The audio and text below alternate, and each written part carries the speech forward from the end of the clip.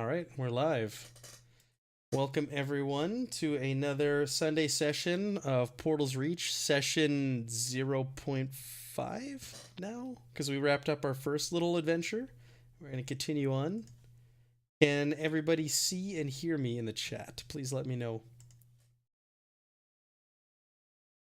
I know we have a 30-second delay.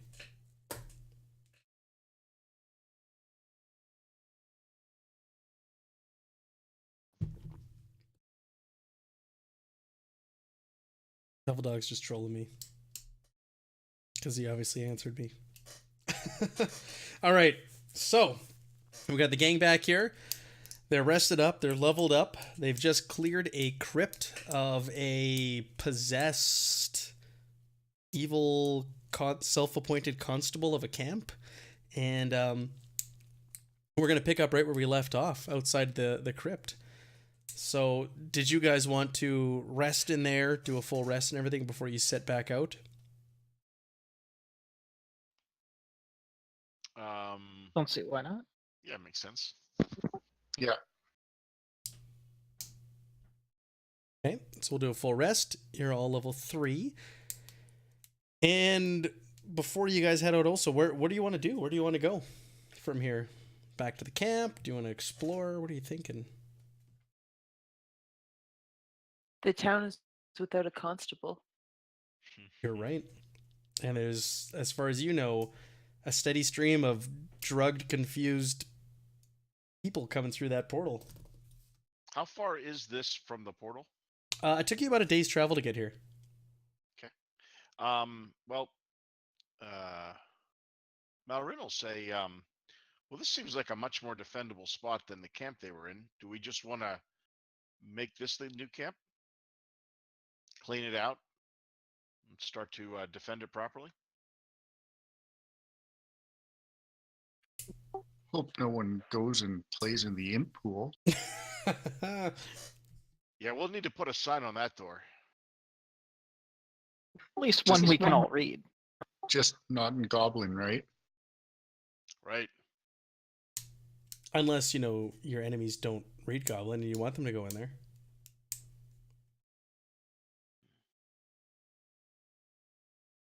Lure them in to just keep touching the water over and over again. And then there's that stank room. The latrine, Well, the Goblin latrine. The place is going to need a little cleaning, to be sure, but until we can get a permanent camp set up with, just wondering if this would be a safer place. Has a roof. It has weapons rather A than couple of dragging, beds even. and supplies rather And- than dragging all the weapons and supplies to the camp. Just bring them here. And beer. Although he, the constable mentioned that he was working for somebody, didn't he? We ever figure out who that was before we killed him? Nope, Hello? but we read a letter thingy, his journal. Yeah, that's right. So it's like taking orders from some weird creature from beyond our comprehension too. Kinda creepy. Hmm. I agree with the elf. Let's hoard all these people over here. Well, when we left, there was nobody else in the camp but the elf, right? We've been here at least 2 or 3 days. It'd be ignorant of us to think that we're the only ones that have come through since. Okay. Let's return to the camp and see if we can. We also sent those 2 other guys back to the camp. That's right. Fiddly and Kellen. They'll be eager to come back here to live. Right? Eating rotten meat and being chained in a kitchen. Well, come to think of it, they know their way around the kitchen pretty well. With some clean food, some clean clothes, they'll make it. Was there a water supply anywhere obvious, like a well or anything around here? You didn't see one. You did cross a river on the way here. You fought a bugbear on the way here. It was a few hours away. Was there not a well in the kitchen? There was. Now that you mentioned it, yeah, there was a well in one corner. You're right. Good memory. We can just send somebody to go grab water from the imp pond. We keep losing people in there. I don't understand. It'll make you sleep better at night, halfling. I'll stand by the imp pool. No, let's go back to camp. Let's see what's going on there. Yeah, you really don't want to get like a leak above the imp pool and start having like drops of water hit the pool or something. That would be a bad thing. Imp infestation. Yeah. There's got to be a way to break the game with that imp pool. I just have to think it through. Like a true Pathfinder player. Yes, exactly. I love it. All right.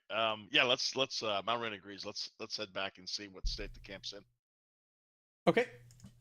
So you guys make your Works for way. me. What was that, Calidor? That works for me.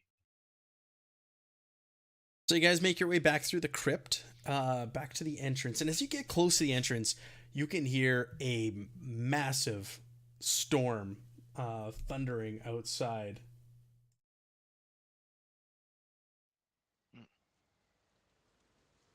It's coming down super heavy. As you get to the entrance, it is pouring. A torrential downpour is happening outside. It's dark. It's miserable. You can't tell if it's day or night. You've been down, like Cathra said, you've been down there for 2 or 3 days now, stopping and resting throughout your journey through there. The wind is howling. The thunder's crackling. The raindrops are the size of coins that are coming down. It's just cold and miserable. You guys step outside and gather your belongings to venture on back and leave this wicked, haunted, evil place that you just cleared out with your strange manuscripts and books that you found, the little bits of information that you gleaned from them as well. Your brains are filled with all sorts of questions. I want everybody, as you step outside, to go ahead and make me a perception check. And you can make those out in the open. You don't need to put it in the dice tower.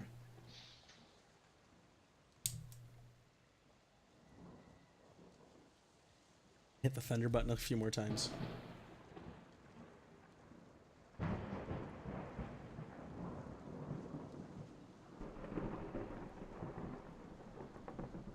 Oh, look at you guys. Who am I missing here? Kalidar.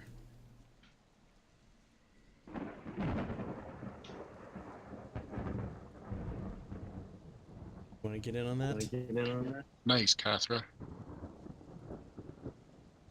I'm observant. What can I say? She's lower to the ground. She can see under the trees. Well, there we go. What's So, my excuse?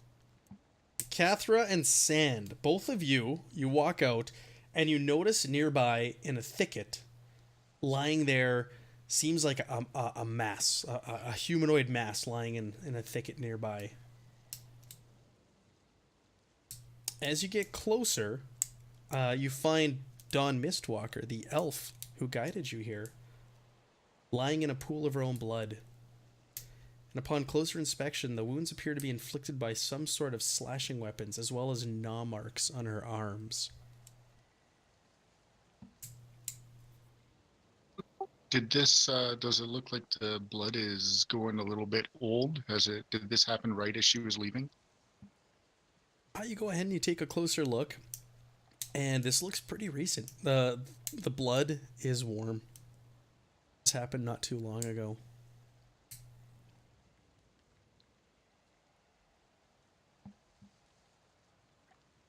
Catherine's gonna reach down and stick her finger in the blood to test the temperature. And as she realizes that it's warm, it's everybody stop. Danger.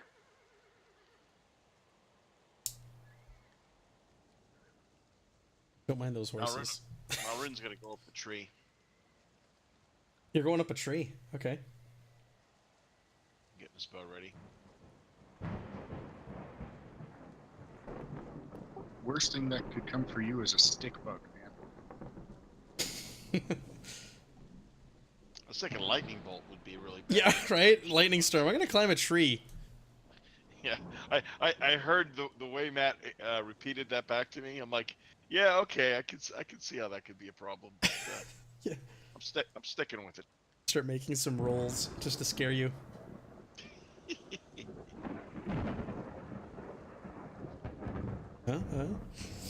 Okay, so Cathra has determined that the wounds are fresh and told everybody to be on alert. Malrin, you've shimmied up a tree and drawn your bow. Is the elf still alive? You get closer and you check. There is no pulse. She has passed. Goliath, like I said, she's dead.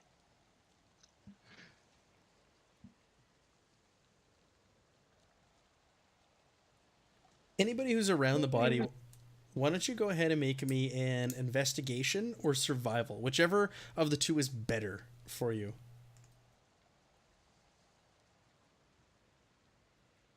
And I'm just going to keep smashing the thunder button over here.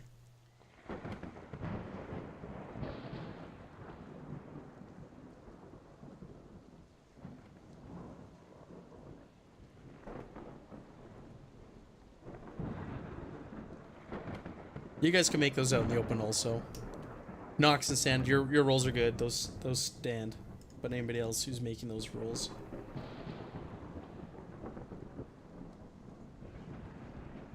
They don't have to be secretive. Oh,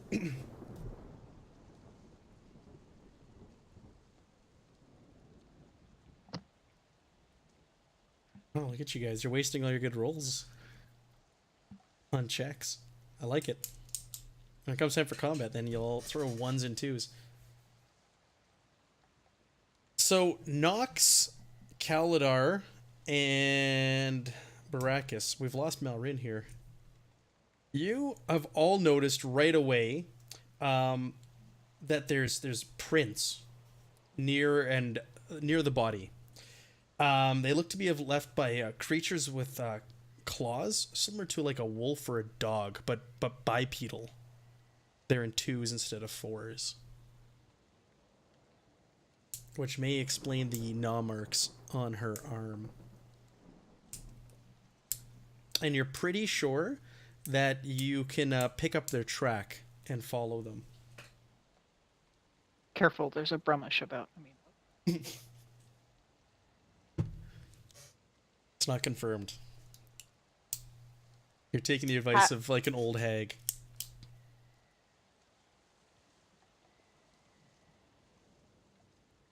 Halfling, why don't you scout ahead? I'm the one person who can't track the thing, but sure. Oh yeah, you're like the one person without dark vision in the party? I don't have it either. Oh, okay, the Goliath and the halfling. It is nighttime. Well, it's dark at least. Assume it's nighttime. And I don't think my my roll was good enough to be able to follow the feed anyway. Yours was not. It was Nox who pointed you in the direction. But you're onto it now. She was like, "Hey, halfling, right here." You're like poking around all over the place, and she set you straight.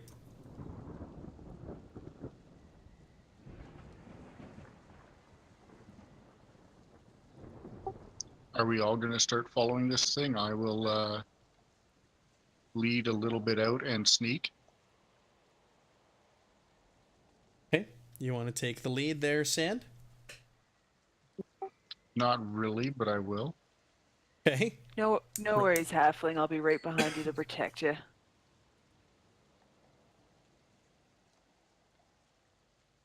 Short and shorter. Want me to roll a stealth, or are we just going to go with it? Do you want to track the footprints stealthily? Yeah, Okay. as quietly as I can, leading the group. Yeah, go ahead and throw that in the dice tower for me. That's a secret one.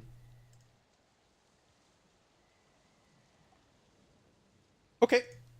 So, the group of you, I don't know what happened to Malrin. We lost our buddy.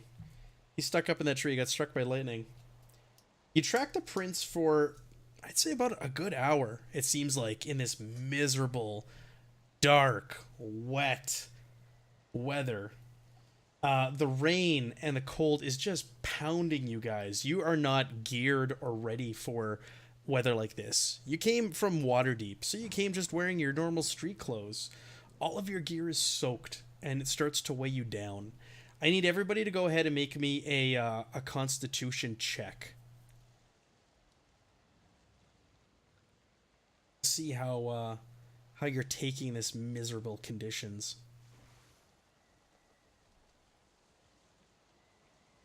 Oh, Cathra. Do I get that with advantage? I don't know. Why would you? Well, the weight I carry for a size larger than myself. No. This has to do with the miserable conditions. Just being pelted with rain and cold.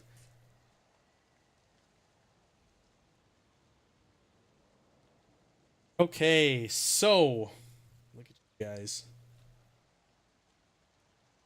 So, got here, Baracus, you handle it like a champ. Kaladar, you do fine, but Sand and Cathra, the weather starts to get to you, and you guys both gain a level of exhaustion due to it. Go ahead and throw that on you.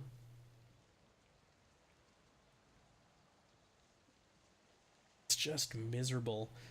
And about after an hour's time of trudging through this and feeling like you're getting nowhere and it's going on forever, and following these prints, it just seemed to go on and on and on, you suddenly hear the growling sound coming up ahead and high-pitched howls from nearby. As you get closer, you can see a massive brown bear fighting for its life against a pack of gnolls. The gnolls are relentless in their attack and are assaulting the bear with a combination of close and range combat. Every once in a while a gnoll is engaged in close combat with the bear, it takes a chunk out of its hide, laughing wildly as it consumes its flesh.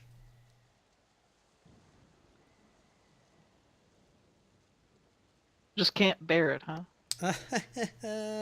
I'll go ahead and share a little scene here for you guys. We got this bear fighting for its life. We'll throw that in there. So, that is what you see.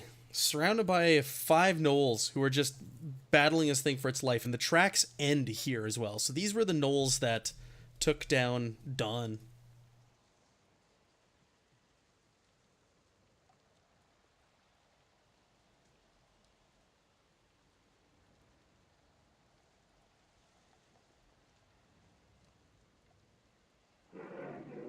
The wolf howling for its life as these murderous beasts are attacking almost wildly. You've never seen or known gnolls to look like or attack like this. You've encountered gnolls before coming through here, and that you know they're Malrin's rolling initiative. You know that they're a wild beast that just seems to be a mindless hunter, but these ones seem to be like possessed. Malrin's getting involved in this. He wants to jump on in and avenge Dawn Mistwalker. Anybody else? As I'm panting, I'm saying, "Let's go, guys. Let's go defend this bear." Oh, the brown bear's on our side? The brown bear is friendly. It matters not, Elf. Oh. Where are we?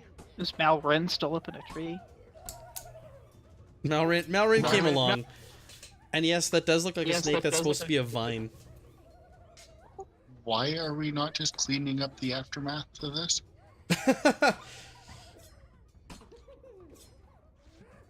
Get them while the gnolls are distracted. Where are we on the map? I'm just going to drag you guys on there right now. Okay. Whoever's jumping into combat here, Baracus, you're out there.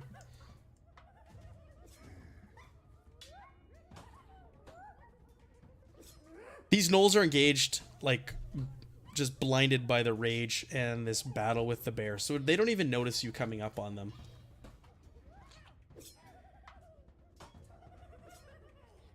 And you guys walk up on this like massacre because this poor bear is so outnumbered.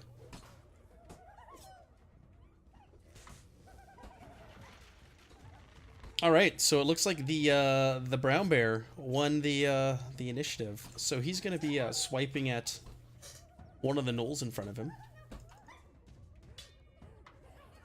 Missing. Went for a bite and then he swings his claws and connects with the gnoll and takes a chunk out of it. And it lets out a, let's see here, a taunt, a snarl. It whoops back at it. Malrin, you're up next. You see this. Okay. Yeah.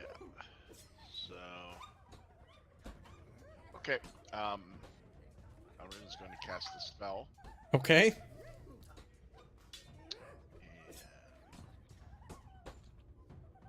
Oh, Malrin, before you do that, go ahead and make me a Constitution save. You guys are getting pretty beat up by the weather here, so depending on what you you roll, you're gonna get a level of exhaustion like two of your teammates here. Oh, okay. Oh, you aced it. Okay. Elves live outdoors. Sure. High elves don't. True. Alright. So. Yeah, he's going to cast Web. Okay. Range is 60 feet, so I don't think that'll be an issue. Let me just check here. Yeah, so he can, he's going to drop it. On the spinning bear? Yeah, not quite that far. But, The breakdancing bear. yeah. All the rage. And 20-foot cube.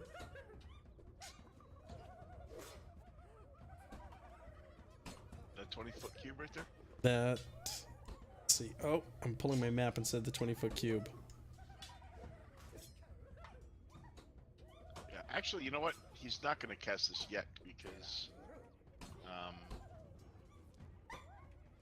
Get your 20-foot cube out of here then. yeah, because I can't get. For now, he will just. He's just going to fire his bow. That's what he do. That's what Melrin do. Oh, the horrible, miserable conditions are affecting your aim, and it goes wild. Yeah. All right. So, but he still has movement. Yes, he does. 15. He will.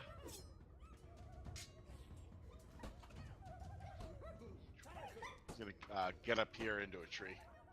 Go 10 feet up. That's like Malrin's thing.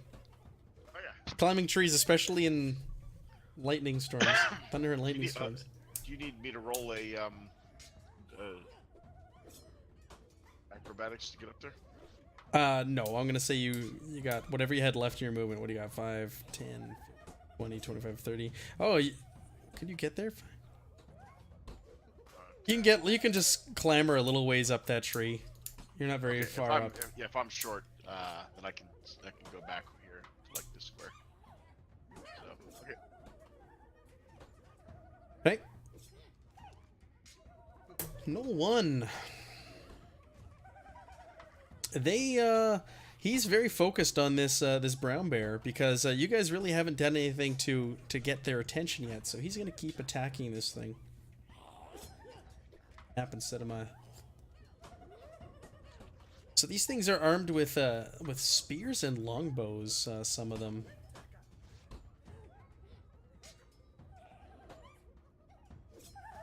So it's got its spear out and it's gonna try and skewer this bear. Oh! So it goes to stab at the bear and it slips on the muck below its feet and he lands on his ass. And for his movement, he picks himself back up. Baracus. That was a pretty funny display there. He got up, he dusted himself off, and he looked around to see if anybody noticed.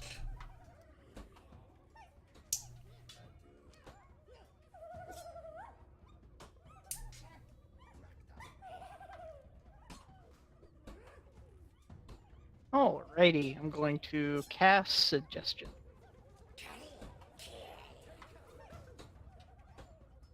What are you going to suggest to a Noel? I'm going to suggest that he restrain his buddy over there, the Knoll Flesh Gnaw. You don't know that he's a Noel Fleshnar by looking at him. His buddy behind the bear. Oh. Right, because there's no, See if I can- metagaming going on here.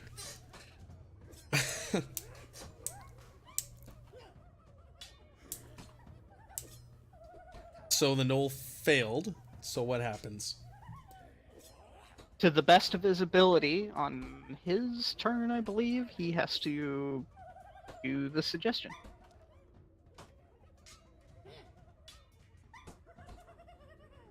Okay. And you suggested what, sorry? To the best of his ability, he's going to try to restrain his buddy To the south. Okay. at south. Well, just, behind, like, to the south of him? Which one are you? He's behind the bear. Knoll 2 is who you To wanted the to north restrain? of him. Or you want Knoll 2 to restrain Knoll Fleshnar? Correct. The latter. Okay. Gotcha. Okay, and did you want to move or anything? Do you want to climb a tree? No, I'm good. They let out a taunt. Oops, I got button happy here. Sand. What do you want to do, buddy? There's no one up there to shield you. I got a big dude right beside me. I'm gonna duck behind after I shoot my bow. Okay.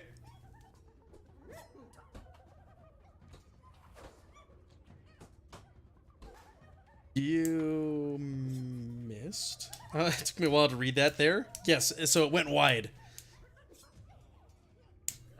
And you get behind the Goliath. Whoa, Catherine's spinning like crazy. Breakdancing like the bear. Yep, and I hide. Okay. So, Knoll number 1.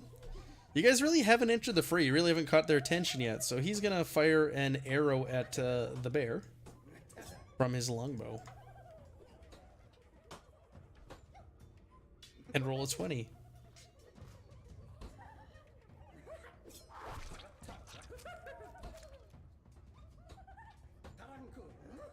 Okay.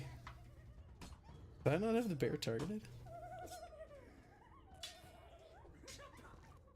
Okay, so the arrow sinks right into the bear, right between its, right into the neck.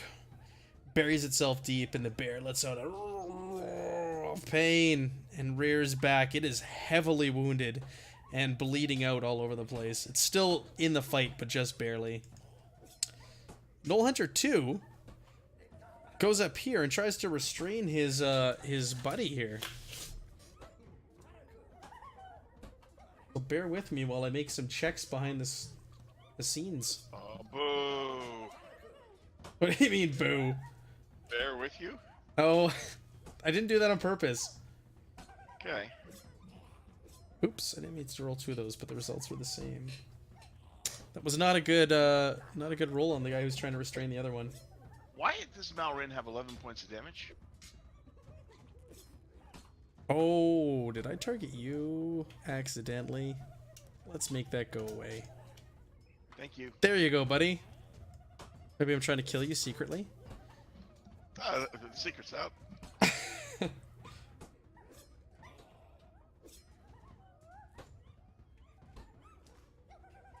Okay, so the Knoll wanders up to the one up to the north of him, and he starts grasping at him wildly, and the other one starts pushing away, like, and then letting out its howls and taunts as he's doing that, kind of like, you can tell he's like, "What are you doing?" kind of thing. But he's unsuccessful in restraining the other Knoll. Kalidar, you are up. That's unbearable. Well, I can't move far enough to actually engage this Null 1 in close combat.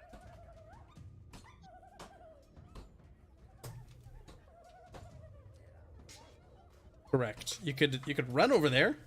You could dash this turn and do that, or you get double your movement, and then you'd start their next round. No, I'll go to here and I'll fire my crossbow. Okay. Nice.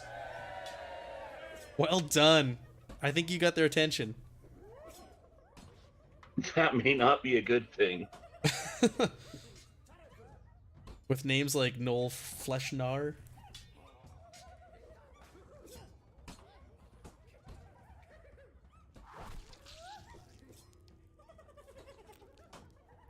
Nice damage. Well, I guess it was a critical. So Did Null 1 find that funny? Yeah. It's not calculating the damage on here, which is bizarre, because you have Null 1 targeted, but it didn't carry the damage over to the character.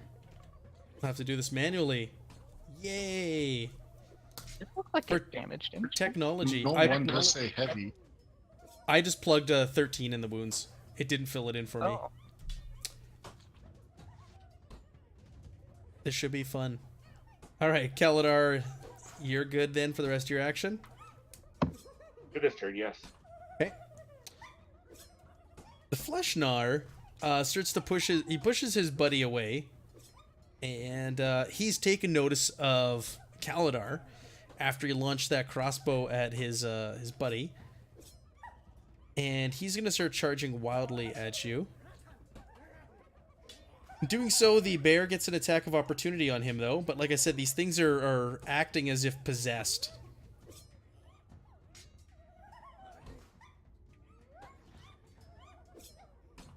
This. Target to you.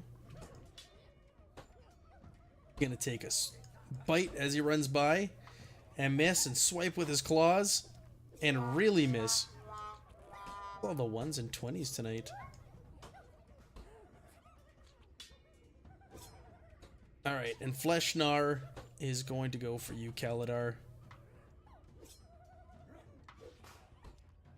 So he's carrying a short sword, and he just charges right at you.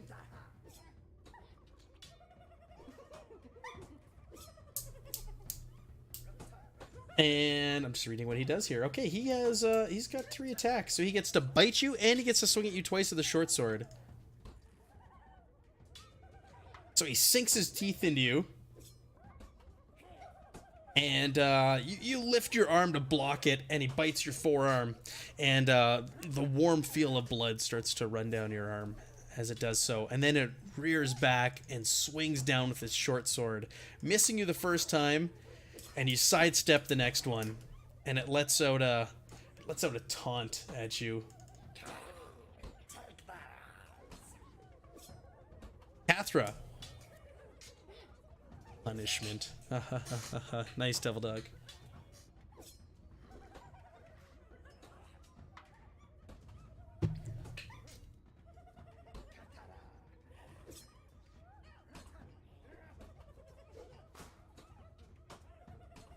Throwing a light hammer. So again, the heavy rain affects your aim, and your light hammer goes wild into the trees. Did you want to move any more? I think you still had some movement left, did you not? Yes, I do. And you got that pesky level of exhaustion.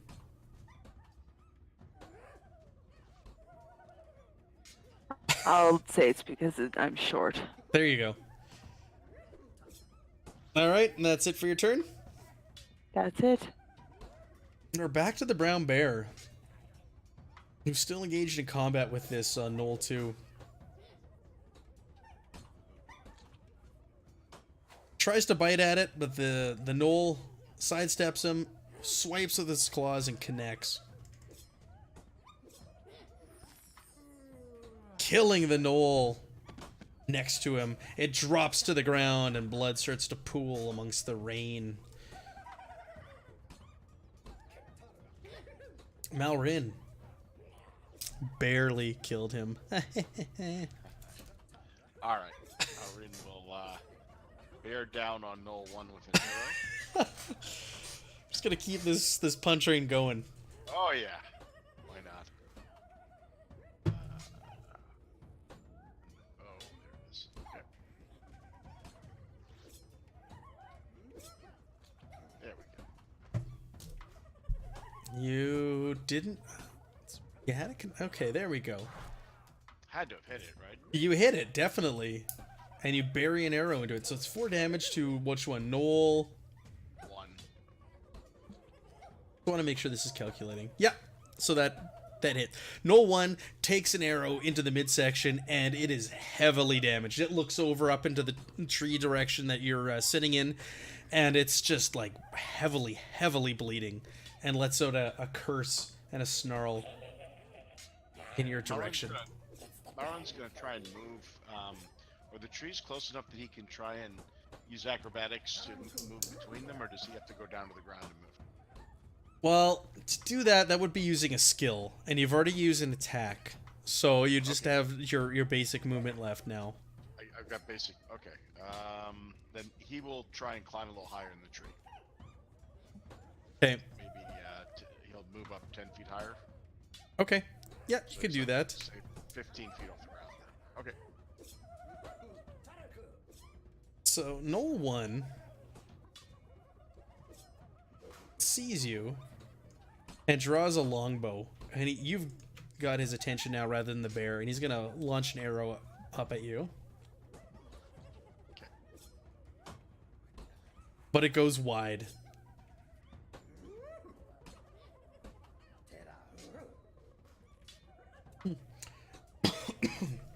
Pardon me. Baracus. Nobody knows my sorrow. The puns are just flying over in chat if anybody has it open.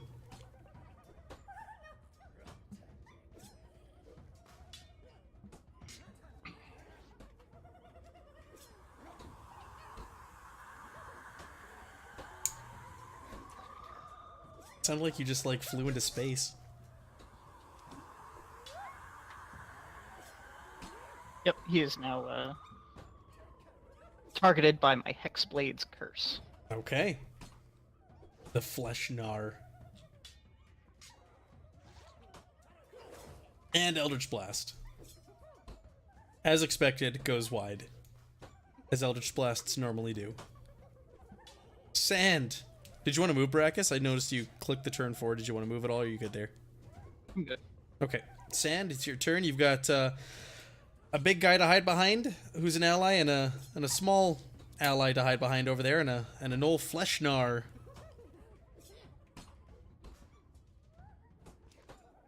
Five feet, so I'll get the extra 6 damage or 1d6 if I hit him, won't I? With, Yes. with a bow. Yes, you would. The Punisher. Oh my god. Oh, Sand, you have your good luck, don't you? I do, and I think I will use it. Okay. This saved you Surprised last nobody time. has tried to say Baracus yet. Bear-acus.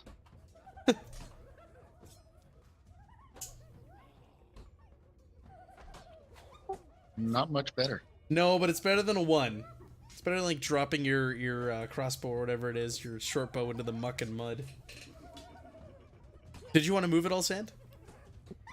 You know what? I think I'll just stay here. Knoll Hunter 1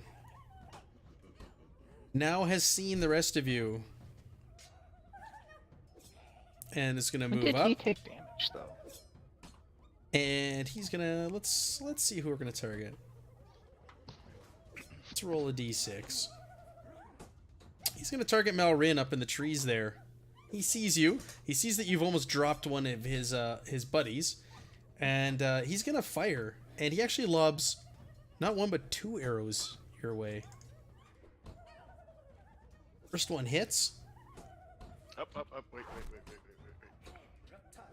Okay. Just a sec there. I'm waiting. He rolled really good to hit you. He rolled a 20. He got a 20 after modifiers, yeah. Malrin will throw up shield and add 4 to his armor class. You can just throw up shield, just like as a reaction. Yep. What? That's exactly what we can do. Yep. What is this? Witchcraft. Shield is a reaction. The spells. Hold on a minute. Let's see here. What is this witchcraft you're An using? invisible barrier of magical force appears and protects you. Until the start of your next turn, you have a +5 to your AC. What? Okay, fine, cheater. Yeah, But This your is AC the is 13. yeah, but I also get a +3 because I have major armor on, so it's 16, and the 5 gets me to 21.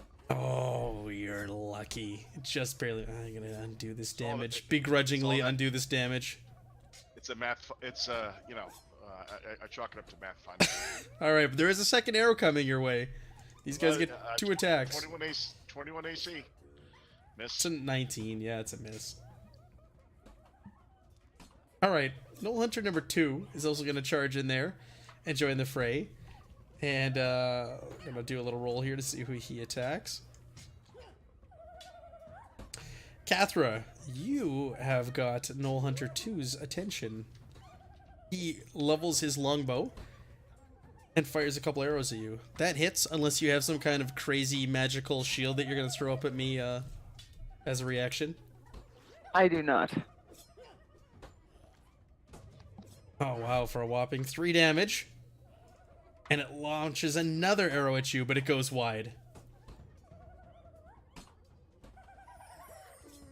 Well, Knoll 2's dead. Get out of here, Knoll 2. What are you doing in here? Kaladar.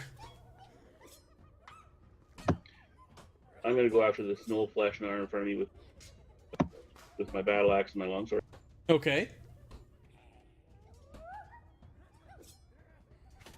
Well, that's a hit. One more would have been a critical. That's right. That's a miss. What are these effects of AC going on Malrin? Why do I see all these pluses on you and I'm hearing sound effects? I'm just actually putting. Oh, okay. Guardian Spell, using it. Bad at my. That was a grisly death.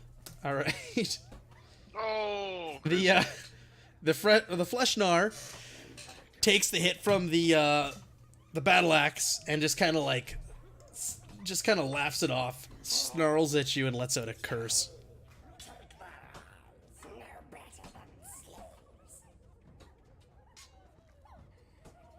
And it's his turn, and he's gonna retaliate. Oh, he's got that curse. Sounds like he's being launched into outer space. Alright, so first things first, he's gonna take a bite at you, Kaladar.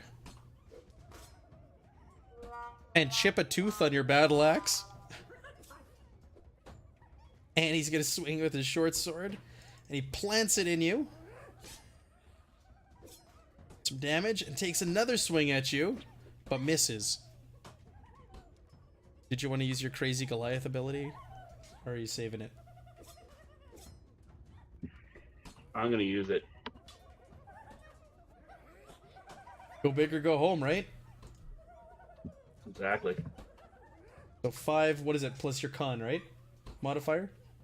8? Yes. So it ate all of that damage. 8 all of that damage. Where are you on here?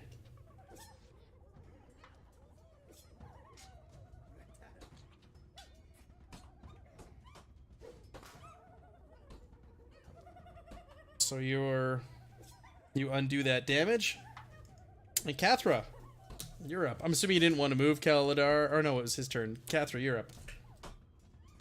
So I'm gonna pull out my warhammer here and smoosh this guy. Smoosh. Turn him into raspberry jelly. The hit?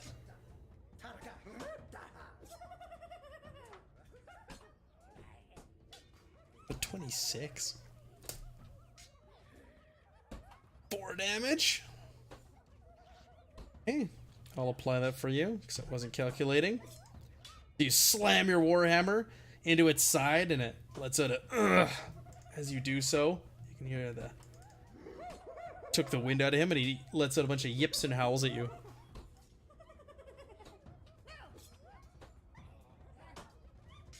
Brown bear, what do you see? I see a dead gnoll beside me. Brown bear is going to attack the gnoll in front of him, who's still engaged in combat with him. Bites and slams, sinks his teeth in the gnoll, who and then starts thrashing it around wildly, and the gnoll drops to the ground dead. It then turns and moves to the gnolls over here and starts breakdancing. Malrin, your turn. Fire and miss. Anything else you want to do? No, that's all. Kodiak moment. Oh, the puns. Eldritch Blast, it's a hit! Oh, wow! When he hits, he really hits. So your Eldritch Blast slams into the Fleshnar, and it's like limping and cursing and just barely hanging on for dear life. Oh, you did it again. Someone's gonna kill Steel. Is it gonna be Sand? If I can hit something, let's see.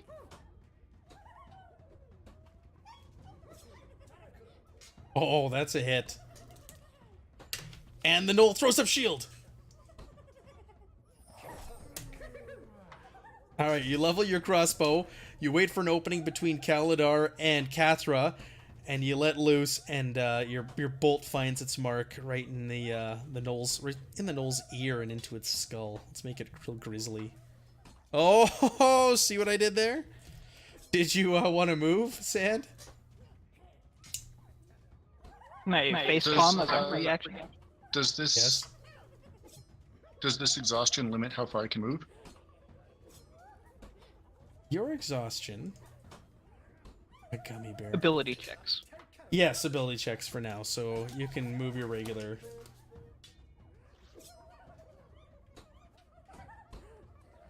What do you call a bear with no teeth? A gummy bear. Zing! That was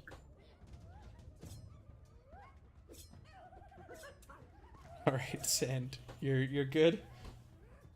The chat I here am. tonight. It's killing me. Alright. So Knoll Hunter 1. He's got some options here. His buddy's engaged in combat, but there's all of you guys bearing down on him, so he's gonna take a shot at one of you guys.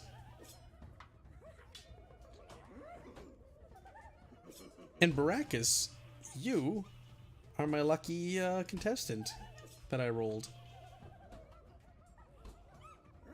So he levels his longbow. It misses. Second shot. Misses. how did that happen? The You're not 15 targeting misses me, you? are you? I'm targeting Malrin. Malrin, you're lucky. Alright. Click on you. Target you. Target you. Because a 15 should hit you, should it not? Yes. The 15 hits. I have 12 AC because But the 10 shield missed was- you. The 12 missed you. A 10 missed me. Oh! Arrow slams into you, dealing some moderate damage. Not supposed to kill anything. All right, so Knoll number 2 is engaged with the brown bear in front of him. Takes a bite, misses, and then pokes at it twice with its spear. But with the first hit, misses so badly that it slips, loses track of its footing, kind of sidesteps, and is unable to make his second attack. How many ones going on tonight? I don't like it, especially when I'm trying to kill things. Kaladar, you've got a dead Fleshnar in front of you, and a Knoll Hunter 60 feet away. So...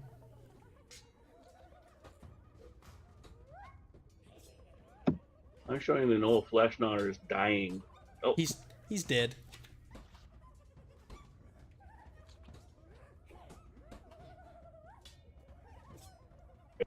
I'll go 45 feet. after the Knoll Hunter with my crossbow. Okay. Come on now. That's 220s for you tonight, isn't it?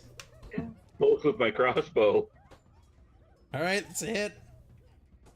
Yeah, I tried to beef these encounters up for you guys, but you're just walking all over it. The damn 20s and your shields. Oh, go ahead and describe that kill for me.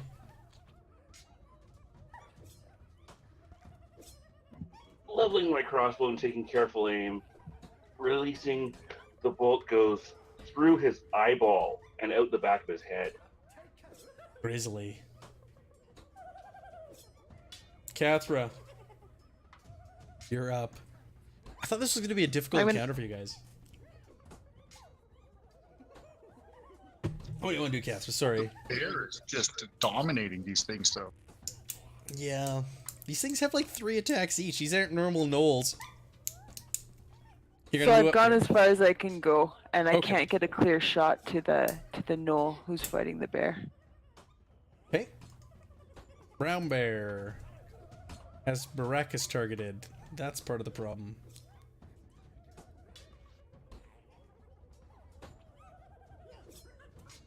Untarget Baracus. Okay, brown bear. Don't target Baracus. He's a friendly. Target Knoll number 2. There you go. Good job. You've had no luck hitting with your bite attack. Let's see those claws do something. Nope, this bear has blood running in its eyes, and it's just like slashing wildly at the knoll in front of it. Malrin? Can I get a shot on the knoll, or is he too obstructed by the bear? No, you can get a shot on the knoll.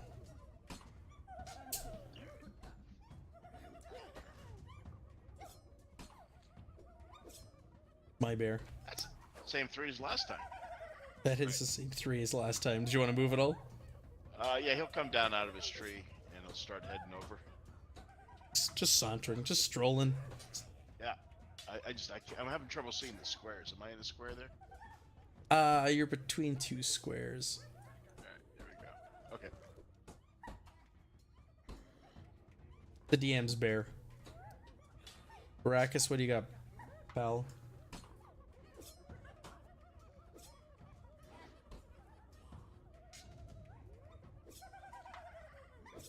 Run over there. Yeah. Eldritch Blast. How does he do? Hit. Alright, it slams into the knoll.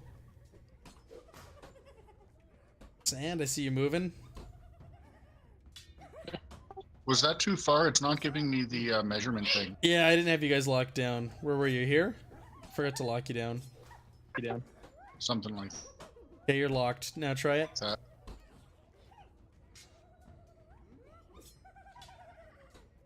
Allow. Okay.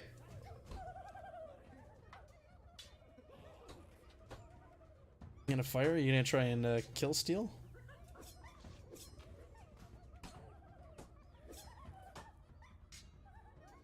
Your shot goes wide. Did you have it targeted? Yeah, you did. I didn't have it targeted, but it doesn't matter. With an 11, I don't think I hit it anyway. Take a quick peek at this bad boy's AC. 11? Nope, that's a miss. Alright, so it is going to attack the bear, obviously. And miss. And hit, yay! Finally! Make some thunder and lightning happen, GM. Yeah, let's do it. Except I don't have that on this board. I like the idea though. Let's see. Oh, let me get it. I should get some of that jungle music of the monkeys again.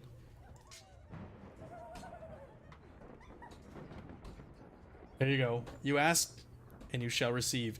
So it sinks the spear right into the bear's chest, and it lets out a roar, and it is bleeding heavily, and in very, very rough shape. Kaladar, what would you like to do? And see if I can get closer and get a shot off with my crossbow. Your killer crossbow. Hey, it's working for me. I know.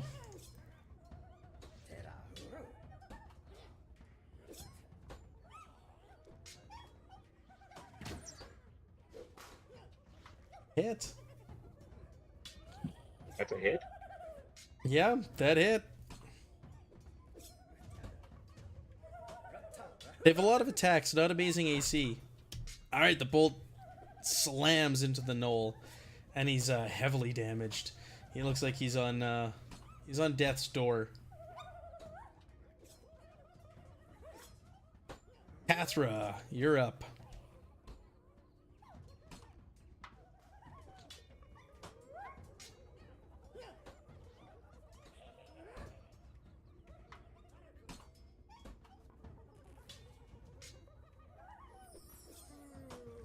Go ahead, describe me that kill. That was just enough. You hit it just for the right amount to kill it.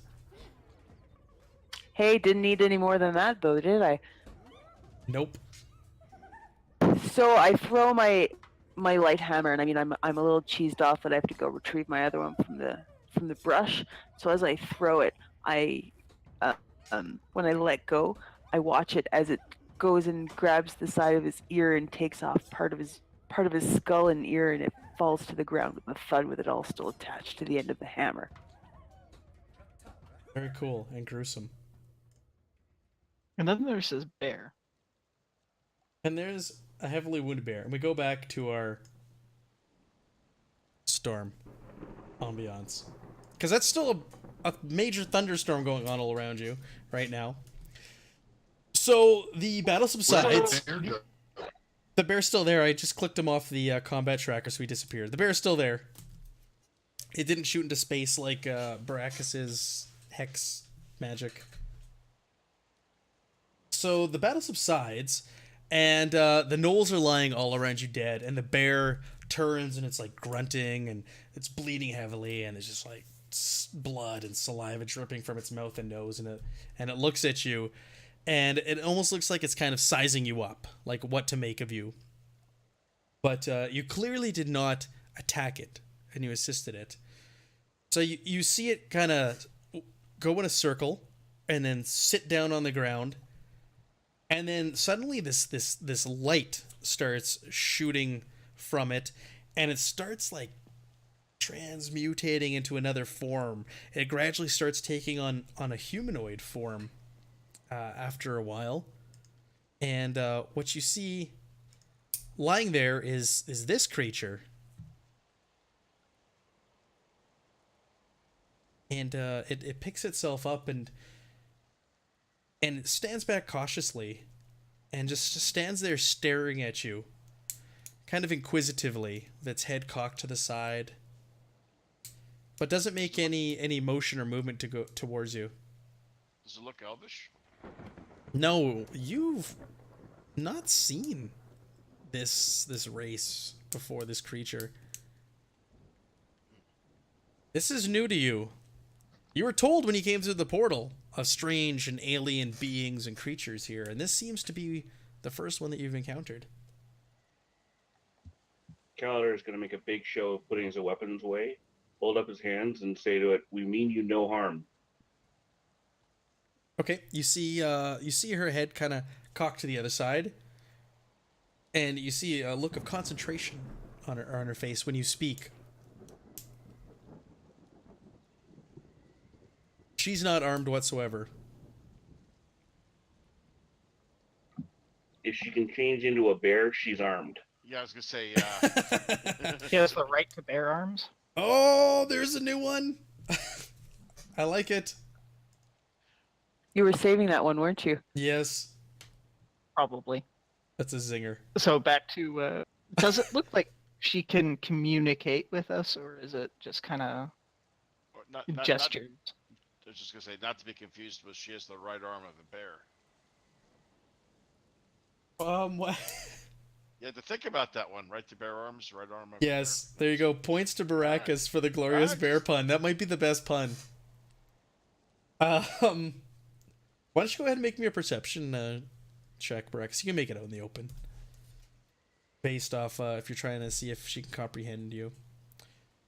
From what you can tell, she seems to be understanding what Kaladar has said and his actions. I ask her, "Are you able to speak?"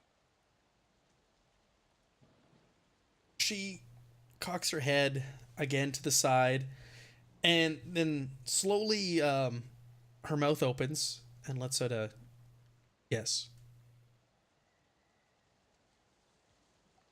Phew. And doesn't say anything else.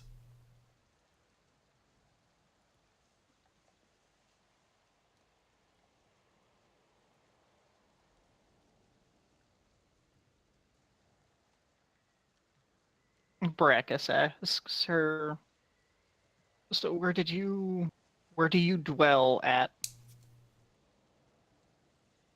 Again, before thinking,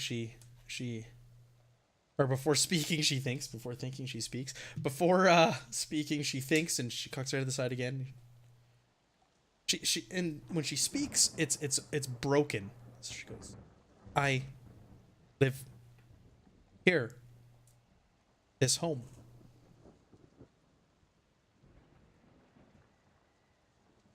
We're not from here. We came through a portal. I know.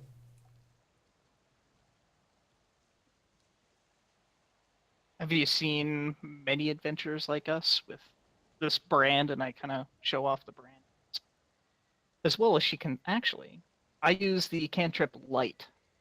So, Okay. we all can actually see where we're at. And then I show her the brand or marking or whatever it was on her arms. You seen a lot of adventures like this?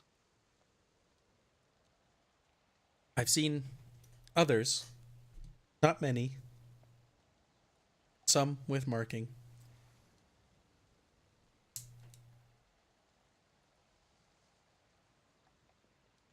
For my final question, are there more like you? Or are you unique? I am the only one.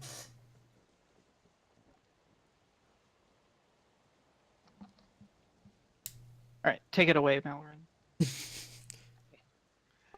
Are there more? Go ahead, Sand. I ask her if there are more of those gnolls around. She thinks for a moment. Many, many gnolls. Is that what you call them? They have allied with orcs west of here. Great numbers. Ravage the forest.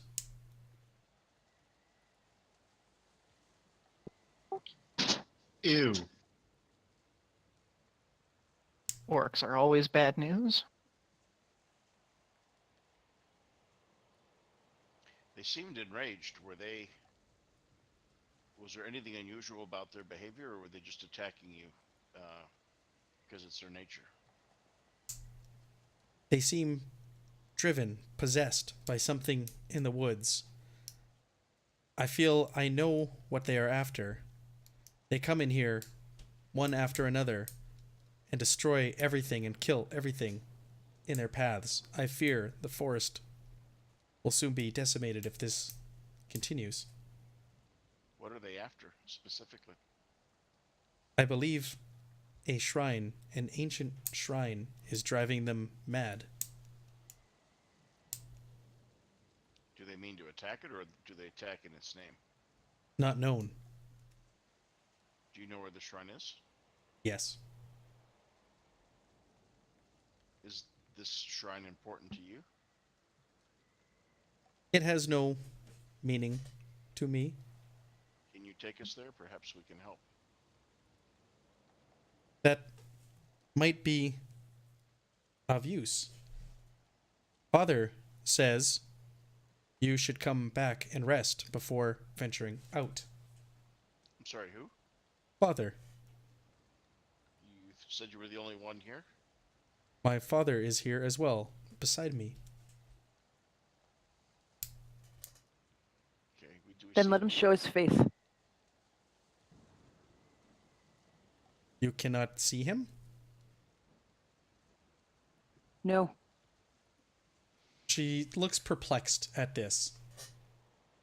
She thinks on it a moment.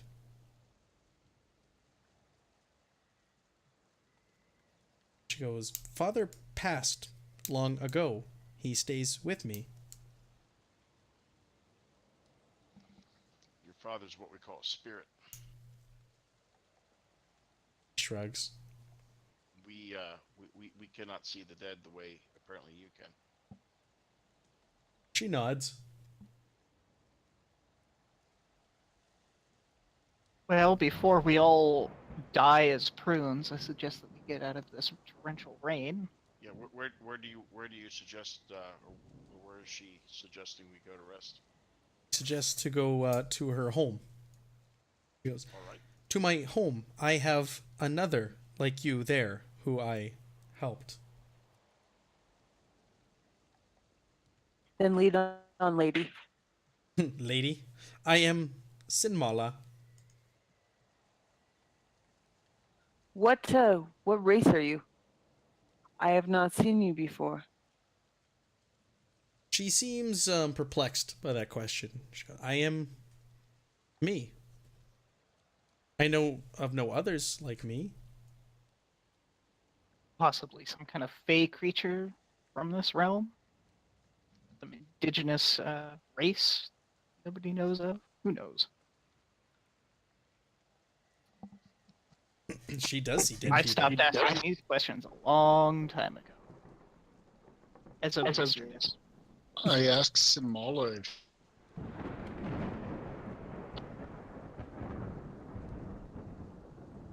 What did you ask her? You broke up there, Sand.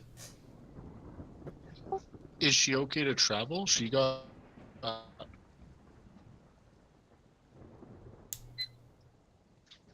When she transformed back, it almost appears like her wounds were healed. I lost Cathra. Her wounds seemed to heal when she transformed back into this form.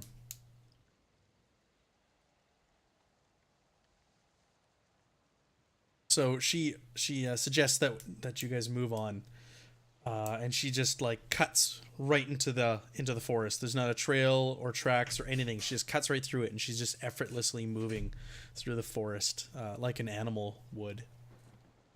Along the way, you also hear her talking back and forth in another language. You're assuming with her father. But you guys cut your way through the forest effortlessly, and within a matter of a few minutes, it seems, you see up ahead, amongst the trees and everything, blended in very well, this house that if you weren't being guided there, you would have walked right past. And she Wow. takes you there and goes, "This is my home. Please come in." Will do. Thank you for your hospitality. And I bow, short bow. Okay. She And doesn't. then I start playing music. Okay. What do you have for an instrument? I guess I can sing. Let's see here. Bagpipes. Bagpipes. Drive her away.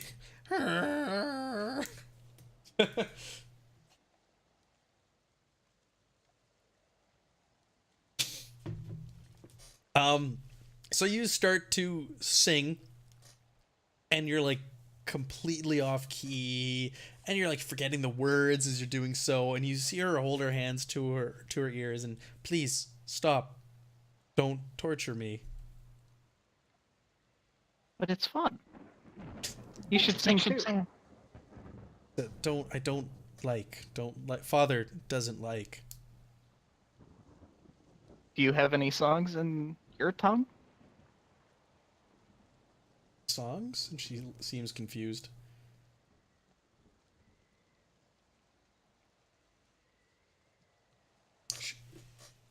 She welcomes you inside and says, "There's another. Wilhelm is here. He must be sleeping. Can I get you anything?"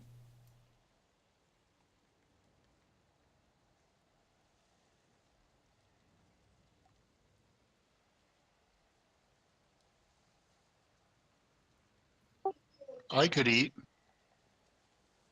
Okay. She goes and she grabs some like mushrooms and grubs and leaves and things and brings it to you and presents it to you as food.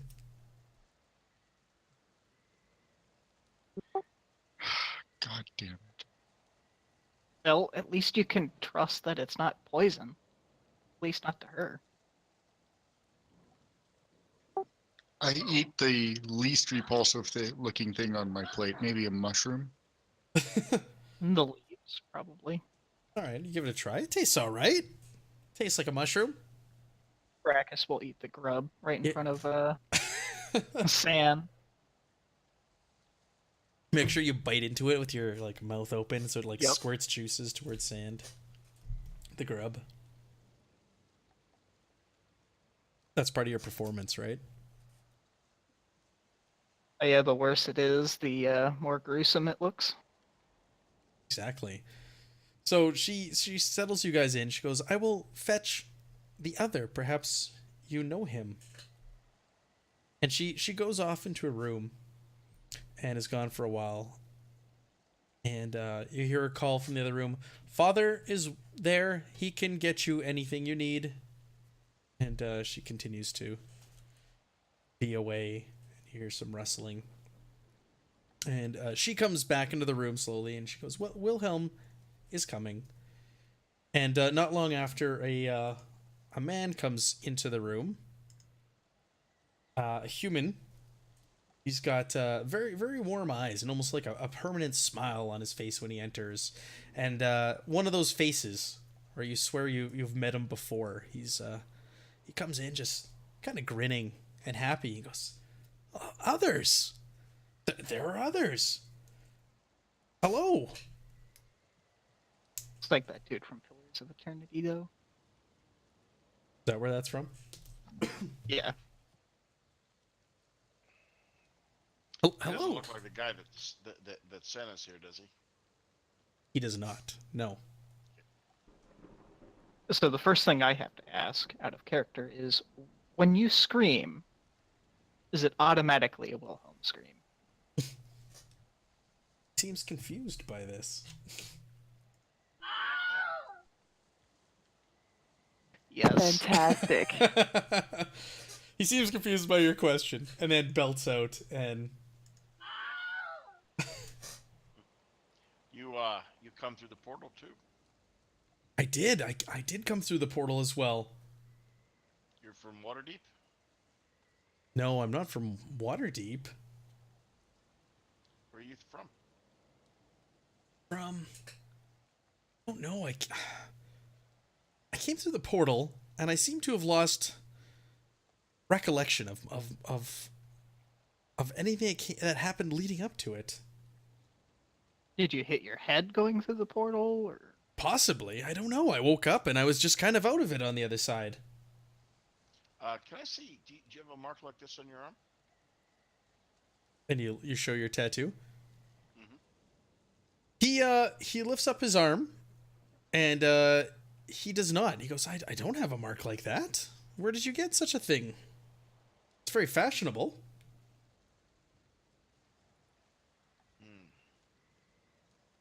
I'm gonna detect magic on him. Okay. Meanwhile, I'm going to be talking to him. Well, we While all he's made a waving his deal hands. to, they'll erase our debt, or some of us had that, like myself. And then the only condition was you go through the portal. I do recall something along those lines. It does seem very familiar to me. You don't detect magic on him, by the way, Malrin. Okay. Yes, I remember something or other. I was promised a new life, and then I'm here.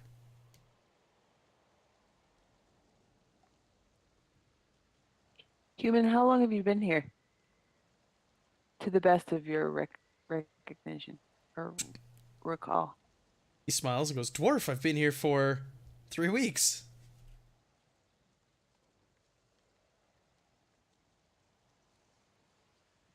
I guess we can introduce ourselves so we're not calling each other by race names.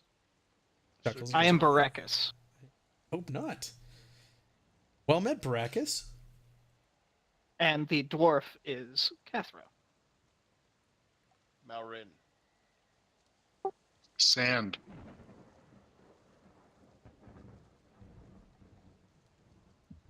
Pleasure to meet you. Kaladar. Great to meet you all. Perhaps we can help each other and we can get back together and get back to where we all came from. Are there others? There were. There were. What do you mean? First were? guy we came across was a little bit strange.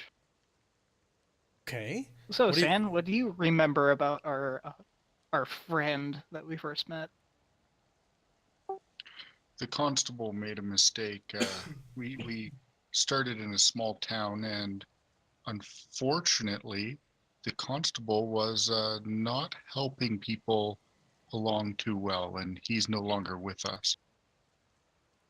I blasted his face off.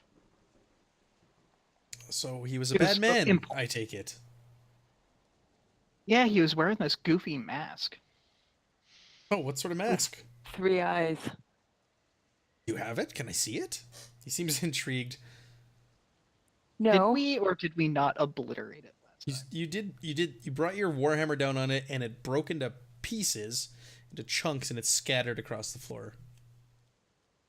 We broke it. It seemed kind of evil, so we didn't want to take a chance of it being able to corrupt one of us because that guy was clearly insane. Though Okay. we can show you this, and I show him the journal page, Oh, that's one of his journal entries with all the weird writing and stuff. He takes a look at it and pushes it away. What is that? What are you showing me? You're gonna give me nightmares. I don't want to see this. He Well, pushes it that's away. the kind of world we live in now. Oh my goodness! I don't want to see such things. Sinmala, what do you make of this picture? She looks it over. I've not seen. Wait, and she stops. Father's seen this. It's evil. No kidding. Baracus lets out a laugh.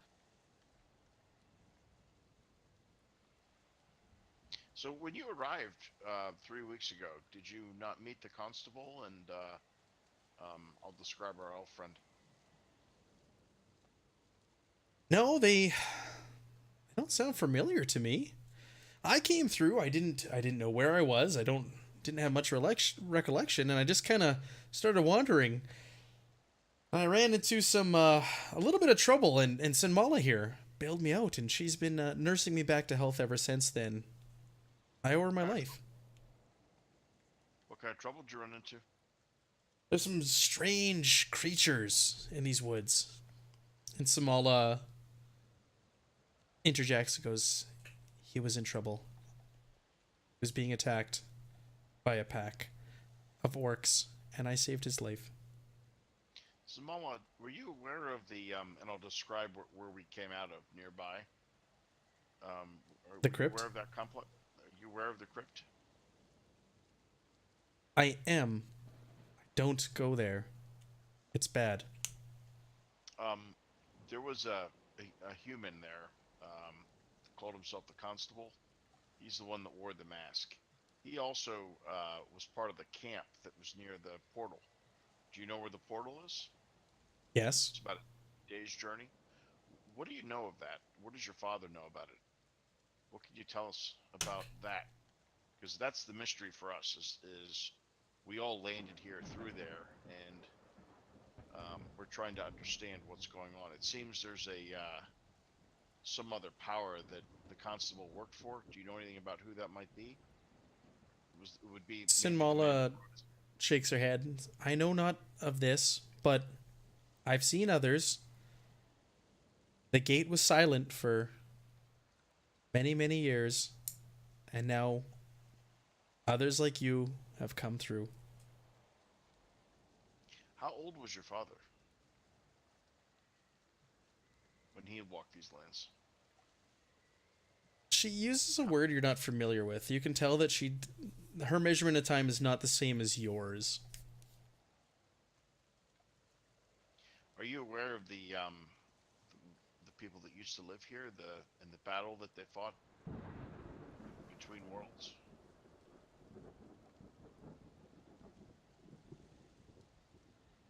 He goes, or she says, no.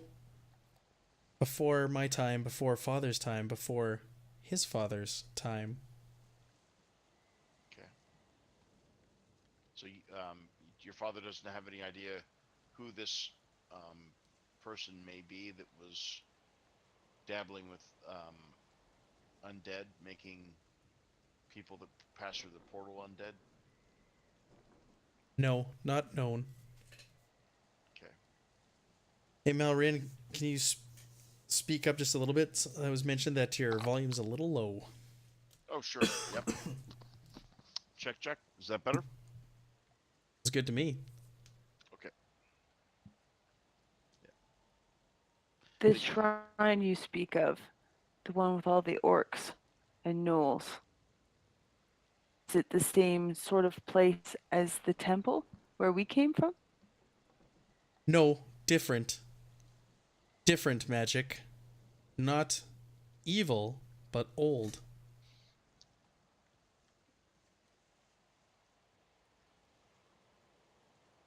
Well, if Are it's there not evil, does that mean we could use its power for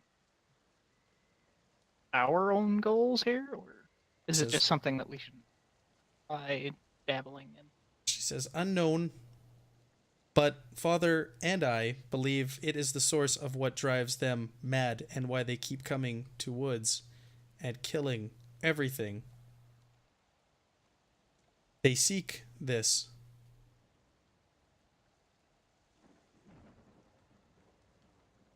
Well, we'd like to see it. Maybe when you're ready in the morning, we could go. Yes, let's rest. And she gives you guys you all get like a makeshift bed that you can sleep in for the night. I'm assuming we're doing a long rest here. Mhm. All right. And why don't we take a little 5-10 minute break here, and we'll pick up after that. Sounds good.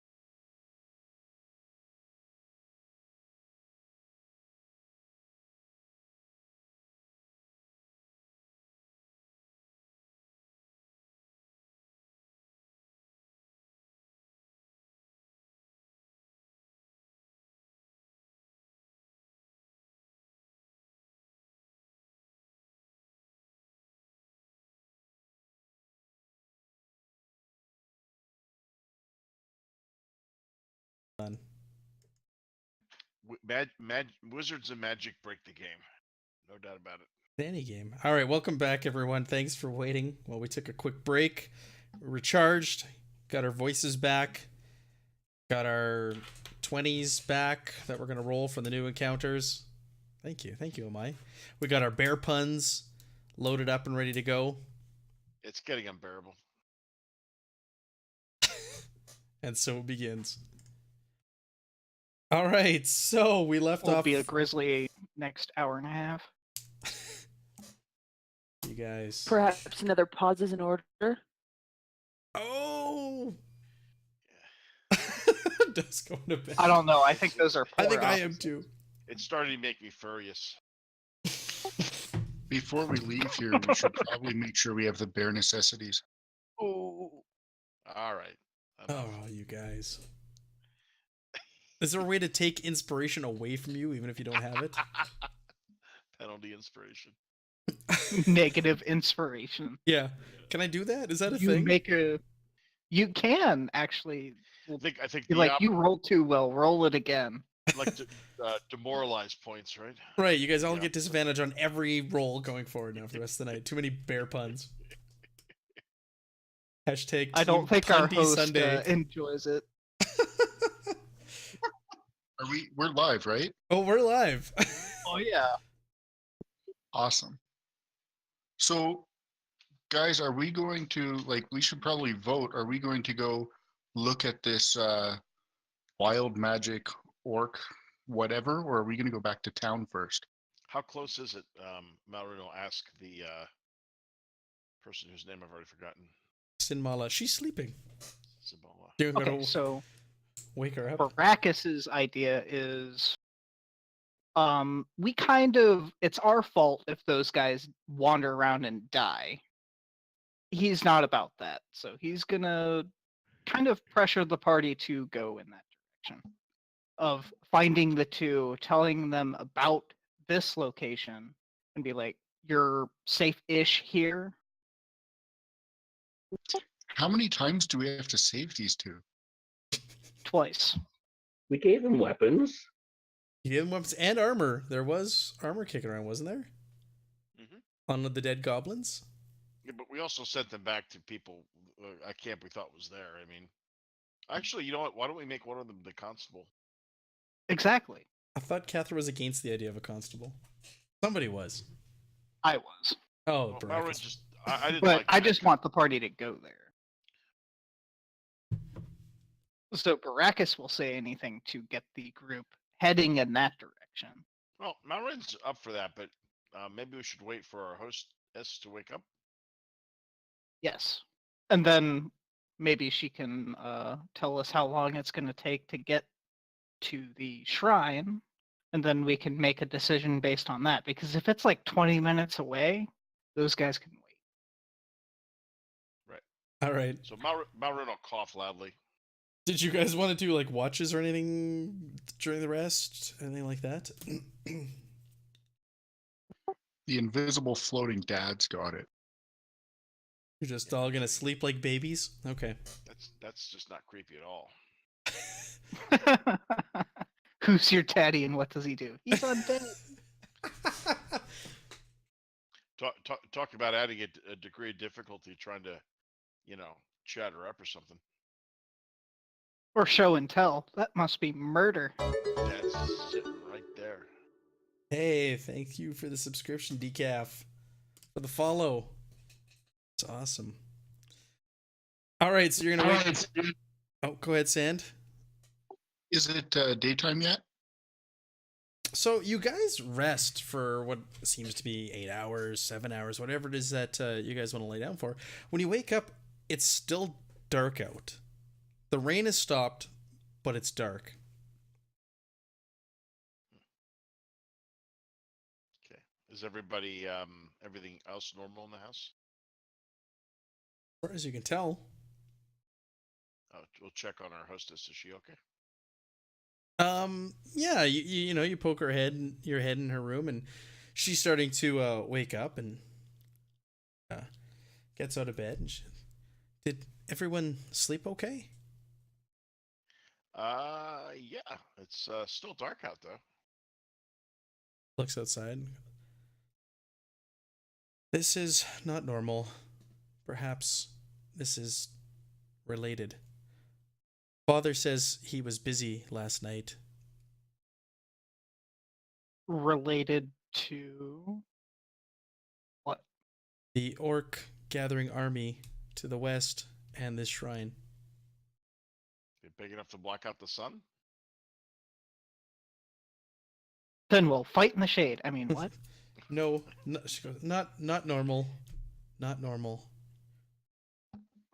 What was your pappy up to all night? He was traveling to the shrine and finding a path for you for when he takes you there. Oh yeah. Speaking of, how long is it from here to the shrine? It is about half a day's travel. Don't suppose it's in the direction of the camp we came from, is it? No, it is not. Opposite direction, I'm guessing? She shakes her head, yes. Okay.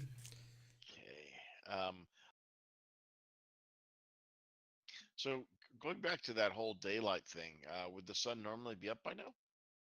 It should be. This is unusual. Are we looking at like a thick cloud cover blocking the sky? You look outside, it's like night. It is not thick cloud. It's like nighttime So out there. starry sky, moon, and the whole shebang is just like out there. Yeah. I look to the group and I ask them, "How long did we sleep?" 7 hours or so, 8 hours. No more than 7. Well, Malrin would have only slept 4, Matt, just so you know, because he's an elf. Because he's an elf. No, Like, do I you know. actually sleep though? Aren't you kind of aware of what's going on for those? yeah, Meditating exactly. or whatever. He's like a light trance type thing. And would Baracus know this about you? I'm not sure if I ever inquired that. Do you know much about elves? Baracus is not an elf, and he's a gladiator, so he probably fought elves before, but not intimate with any or anything like that. Not sleeping with any, huh? No. All right. He Malrin will just say I had a normal reverie cycle. I don't call anything odd. Do I? Did Malrin notice anything odd about the cycle? No, you didn't. No, not at all. It just never seemed to go today. Well, Baracus is just going to chalk this up to this place is weird, and he doesn't like it. Okay.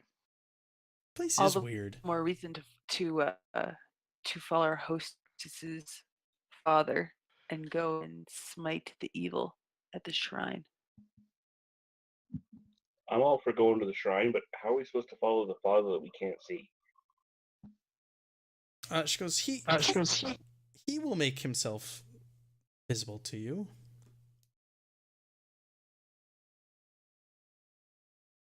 Okay. So you're not coming? No, I will not go. How about Huck? Is he coming? Wilhelm? You mean? Huckleberry?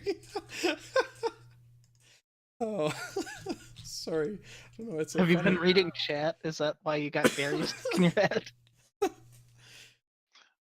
Well, old Huckleberry's there with you, and he's like, "Yeah, I'll come with you. I don't stay here. Let's go with you guys. You seem like you can handle yourselves."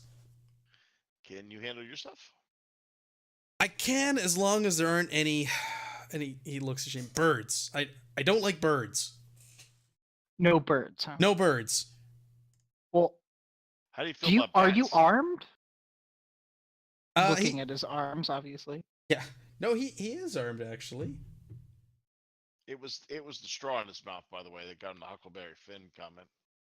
I Does was he have a wondering- shield? Can I barter for a shield? He doesn't he have a has one? shield.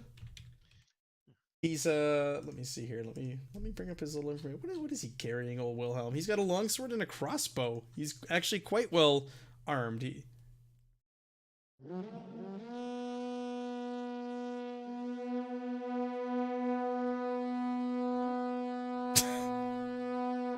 We've just been raided.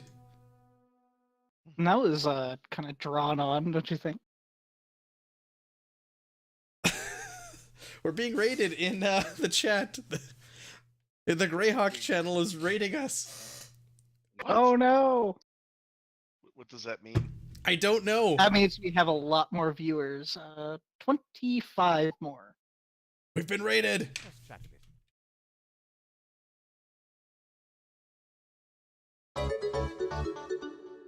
Hey, we've got more followers. Welcome, everyone.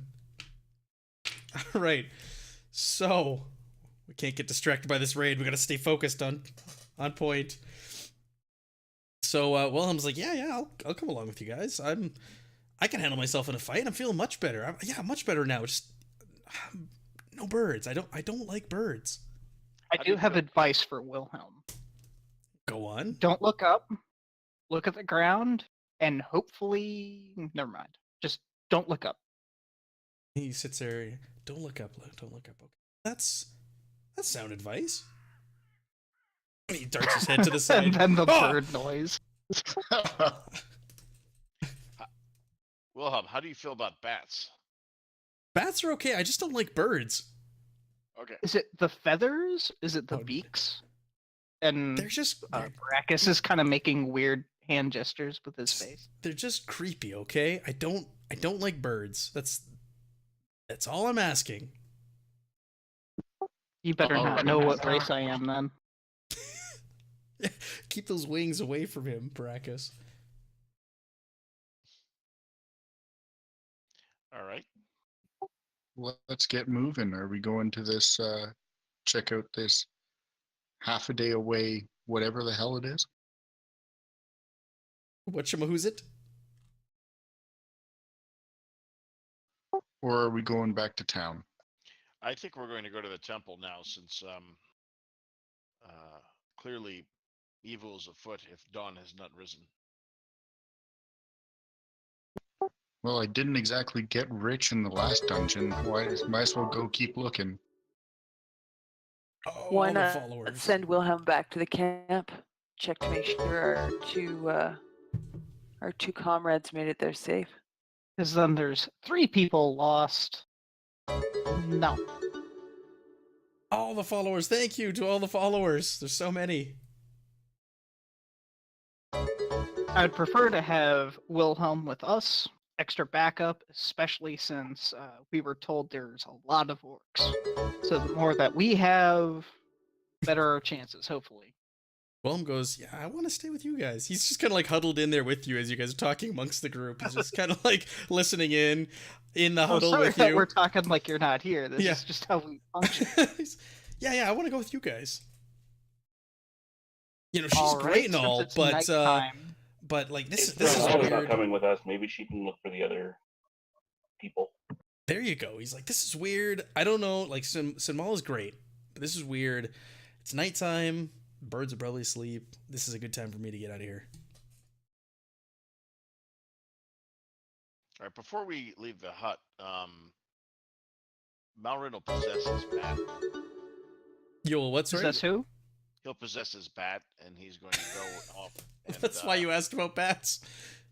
Yeah, he's going to go and kind of like fly around the tree house that we're in and see what he can see, Okay.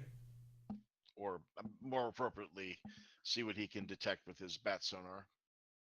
Okay, so While it's, he's it's doing that, I'm going to enchant using my light cantrip on Sandy's weapon.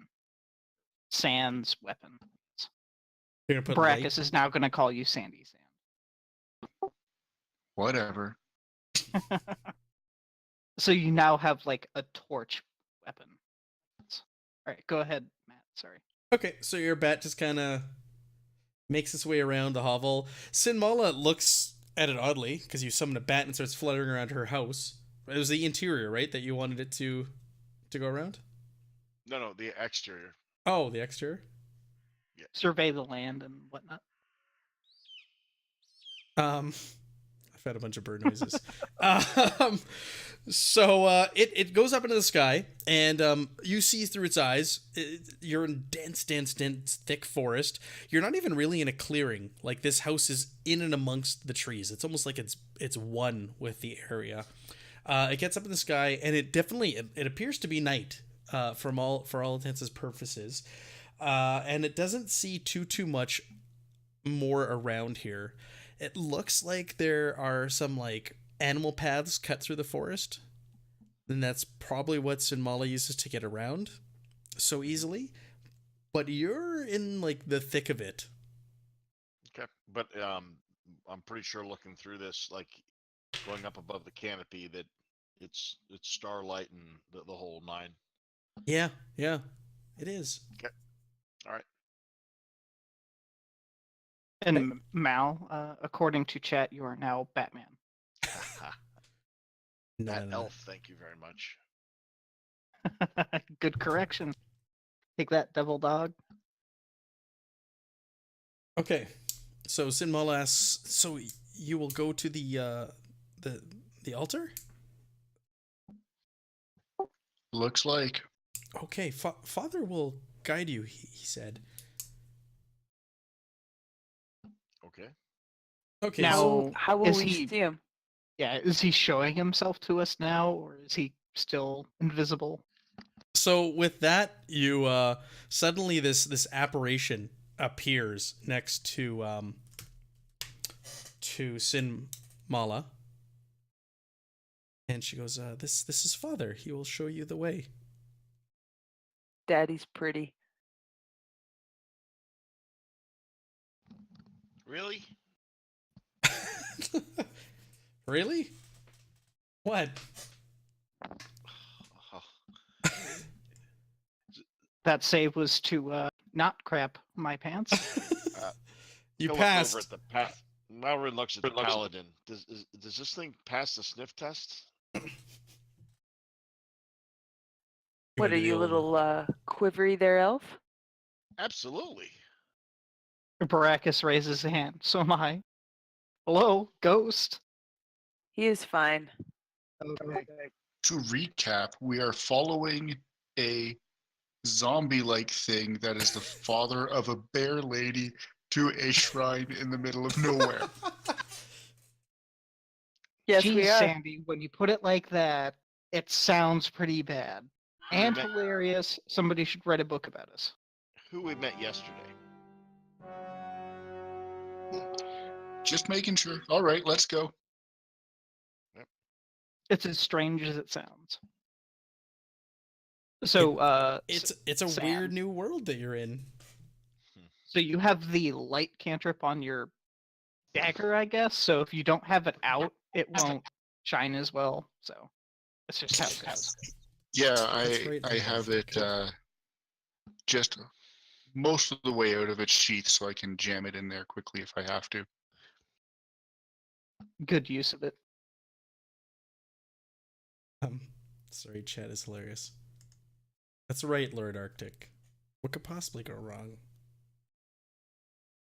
Stuck in night, following a ghost, strange bear lady. It's like we're in Ravenloft or something. All right. And if one of our companions sees a bird, he's going to let out a scream, right? Oh, please let that be a thing, Matt. I don't know.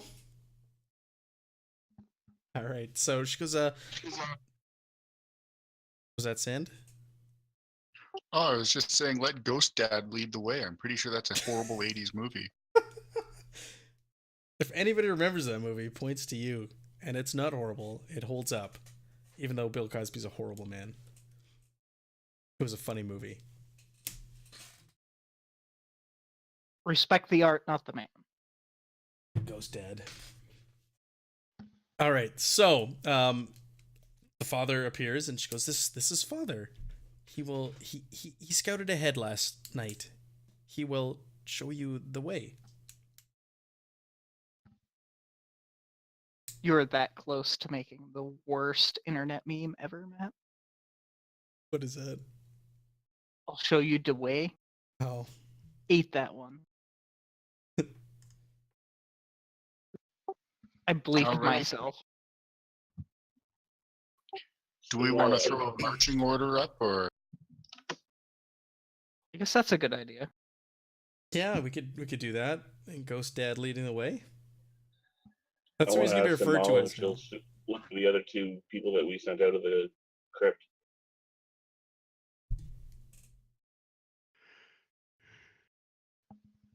What about the other two people in the crypt? Sorry, what was that?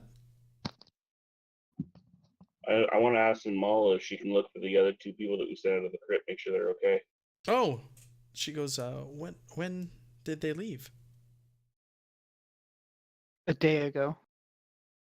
I No, 2 days ago. A, Almost. a human and a halfling. where did you send them? Over to the portal. I can Back to the camp. I can look in on them. Thank you. Thank you. Okay. Did you want to set up a marching order? Or do you guys remember you go to the party sheet and you can arrange your tokens in there, or I can arrange them for you? There's a watch order, and I can also drag you over. Ah, there we go. Now you can see that. What's your Alright, old marching so- order? Are we Sand, able to you go ahead. communicate with this guy? You haven't tried yet with old Pops. So Cather will go over to the specter of Daddy here and say, "Are you able to hear me?" He just looks at you. Like blankly, just stares at you. Valiant Ghost, are you able to show us to the shrine? Nod or make some sort of acknowledgement that you understand me. He stretches out a long, bony arm with its finger outstretched and just points out the door. Very well, thank you. I'll go behind Sand. Keep him out of trouble. Poor Sans always getting picked on, eh? Well, I could put Kalidar. Do you want a light as well? That would be helpful. I mean, Sand is probably going to be following the ghost, right? So he doesn't need a light, but I think Kalidar is more central, so I'm going to give him the light instead. So it's kind of more central on the party. Right. And where would you like me to cast it?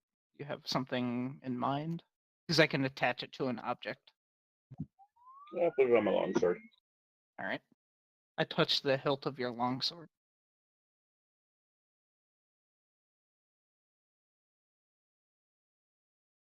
Okay, so it is illuminated now. It's letting off light all around. All right, and with that, Sinmala says, if you are ready, Father will show you the way. did you want to throw Wilhelm or whatever his name is into the marching order? Oh, what the heck? Sure, he's gonna. He'll be in front of Baracus between He's gonna me hang. and Kalidar. Wilhelm. I lose my voice. Where are you, Wilhelm? Right there.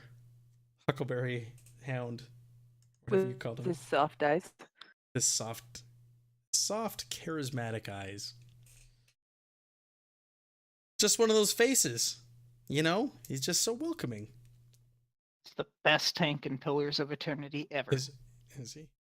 We'll have to change that image up then. No. All right. So I've got your party sheet. Looks good to me. And old Pops is ahead of you, Sand. Yep.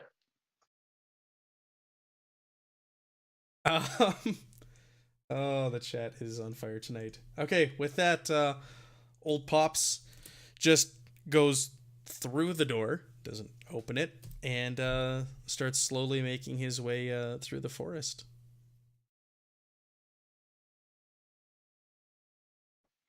I open the door. All right, and follow. Yep. I start walking after him Okay. As do I. as quietly as possible, with a lumbering dwarf behind me.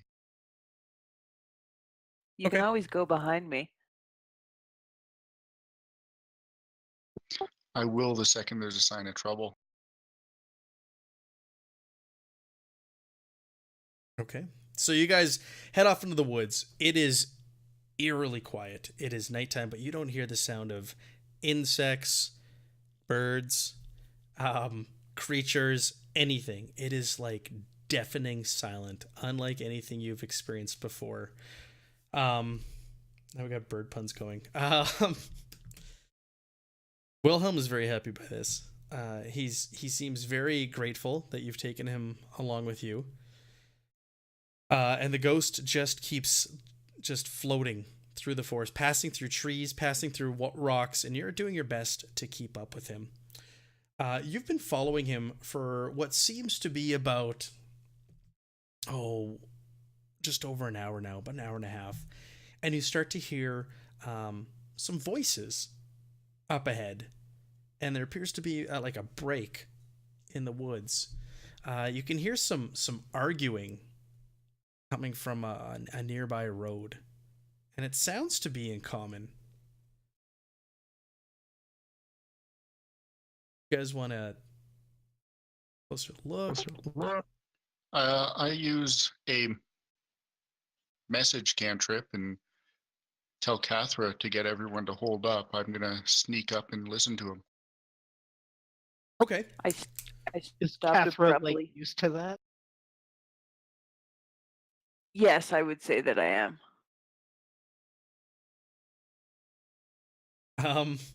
Yes. Oh man, the puns are crazy. Let's go ahead and make me a stealth check in the dice tower, please. Everybody or just one? Is it just sand that's going up? Just me. Okay, sand. This is will die. You get closer, and you see a number of small, strange-looking creatures, and they seem to be dragging something across the road. And there's one standing over the others. There's about 6 in total, and there's one who seems to be commanding the others, and they're dragging this thing across the road. They notice you as you approach, and they turn your way. And the one who's commanding the others goes, "Who's there? What do you want? Show yourself."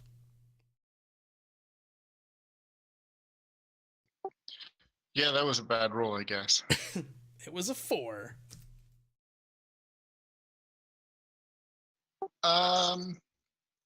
Yeah, I'm going to retreat back into the woods. Okay. So you just slink back, and again he's shouting out, "Who is there? Come back here." I ask Malrin if he can just send his bat out of a tree or something. Yeah, actually, the bat will just kind of go down and retcon the area. He'll possess it. Retcon? Yeah. Recon, you mean? Reckonoid. Reckonoid. Yeah. Okay, your bat flies over, and so you see 6 of these. They're smallish creatures. They have like darkish skin, kind of like long. Let me bring up a picture here for you. They look like this. Whoa, blades and all. Blades and all, but they're dragging something across the road. As you kind of swooping closer, your bat sees that they're dragging what appears to be a dead gnoll, just like a bloody carcass of a gnoll. And there's the one standing over them, commanding like, "All right, get back to work. It was nothing." And get him out of here. Let's take him back. So the one on the bottom looks very different than the one behind him. Yeah, there seems to be a bit of a pecking order, a hierarchy here from what you see. So there's a kind of like some of them have hooves, some of them have shoes. Yes. I'm just looking at the picture. Yes, this is a picture right out of the official source. So.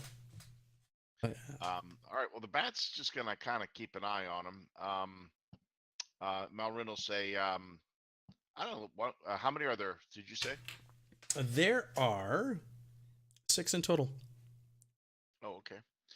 Malrin says we can let them pass, or we can talk to them.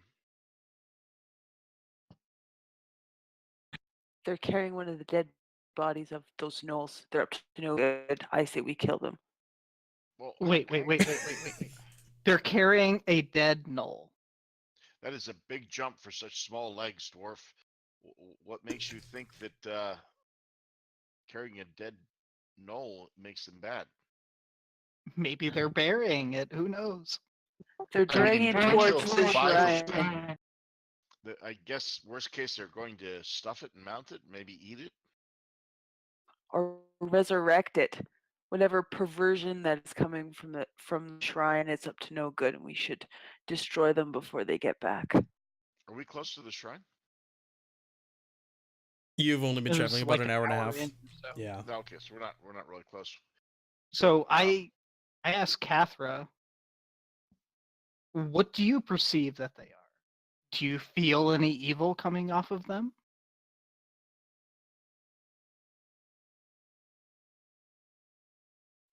Catherine. I can use my divine sense to see whether or not I get if they smell noxiously evil or perfumely good. Okay. They don't smell perfumely and they don't smell nauseous to you.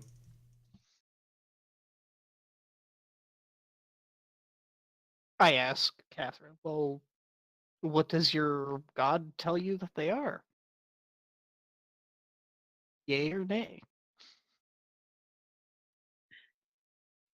My god, unfortunately, has been silent as of late. I'm left to use my own judgment, and in this case, I say we smite them. I think she forgot to elect the international plan when she left through the gate. Silence, self. So Baracus is going to interject. I'm going to talk to them if you feel the need to attack them at any point. I'm not going to stop you. But I'm Very going well, to talk to them. but make it quick. So talk first, attack after. I would prefer this. Yes. Mallorin, if you prefer to go up in a tree and cover my back, I would greatly appreciate it.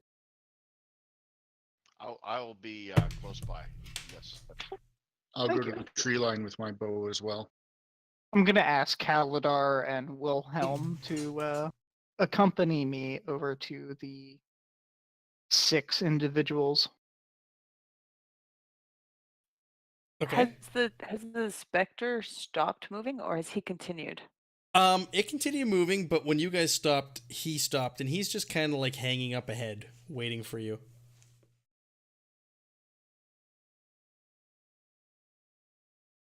Well, I'm going to request the ghost stay with Cathra for the short term. He's up ahead of you guys, so he's just kind of sitting there waiting. Okay. Like past all this business up ahead? Yeah. Yeah. Okay.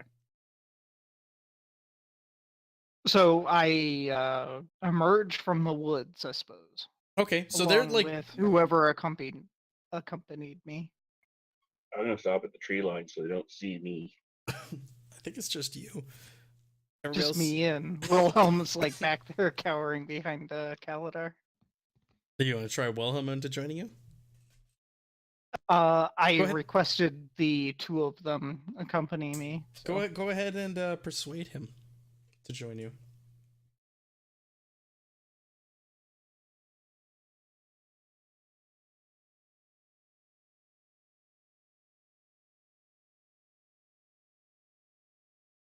He hears you out, but then he hears the others go like, "I'm waiting the tree line. I'm waiting the tree line." He's like, "Yeah, I'm gonna wait with these guys in the tree line."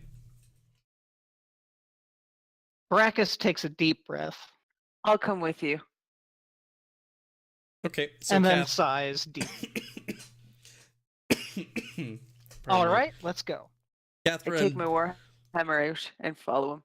Very good. How far from the tree line to where they'll be talking?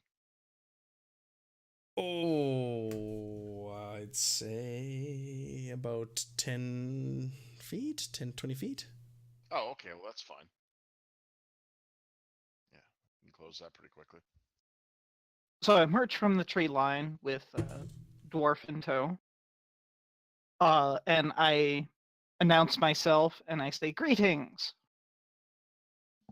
They were back to pulling the knoll, and they all quickly jerk their head around and look in your direction. And the one who seems to be leading them goes, "Who are you? Are you the one that was making that noise earlier?" Maybe. Hello. He's I'm like, just kind of kinda awkwardly confused. waving at him. Hello. So are you from here or are you from... Never mind. He seems Baracus very interrupts himself. okay. Yeah, he seems very confused by that question. What do you want? What is your business here? What are you doing? We're getting rid of this filth. Where are you taking it? We're gonna go. Cut him up. Eat him. Where did you get him from? Killed him. Are gnolls good eating? Not really, but there seems to be abundance of them these days.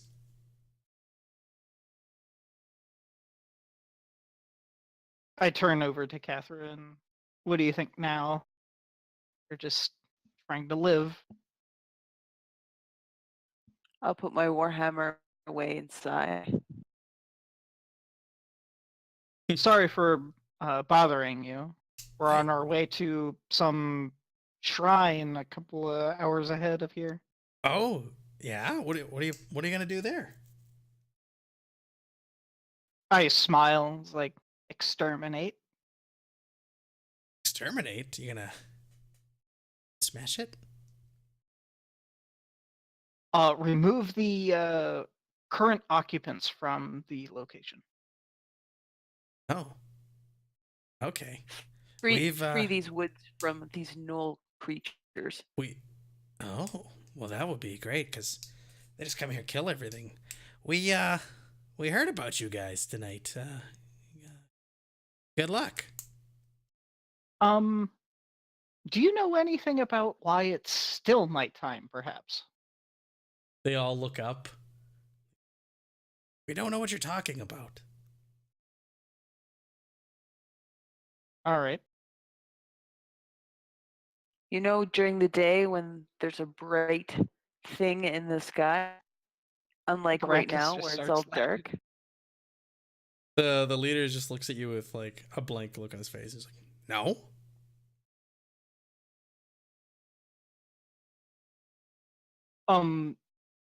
Can I identify what these creatures are, or are they foreign to me?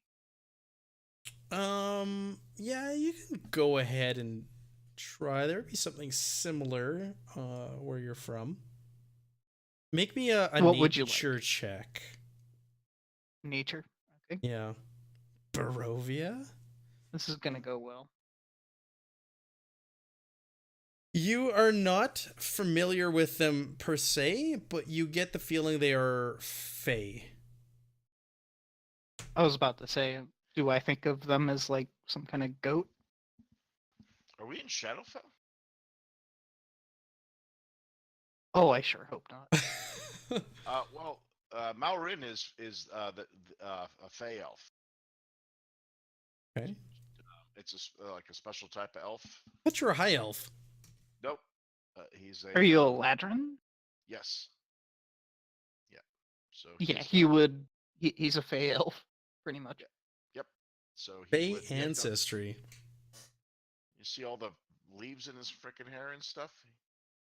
He's all shiny. Okay. So, what does he know these creatures at all? But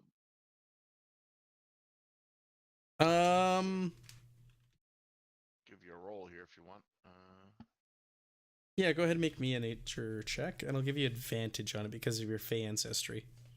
Okay.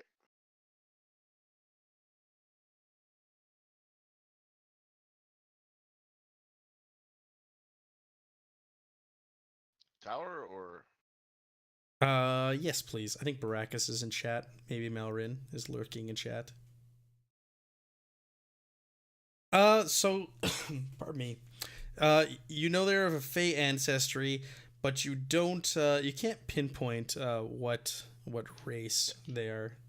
Well, Aaron's gonna hop down out of the tree now and come down, hearing this, and he'll look at them and he'll say, "Hello, hello, cousin." They look at you strangely and, hello, do I know you?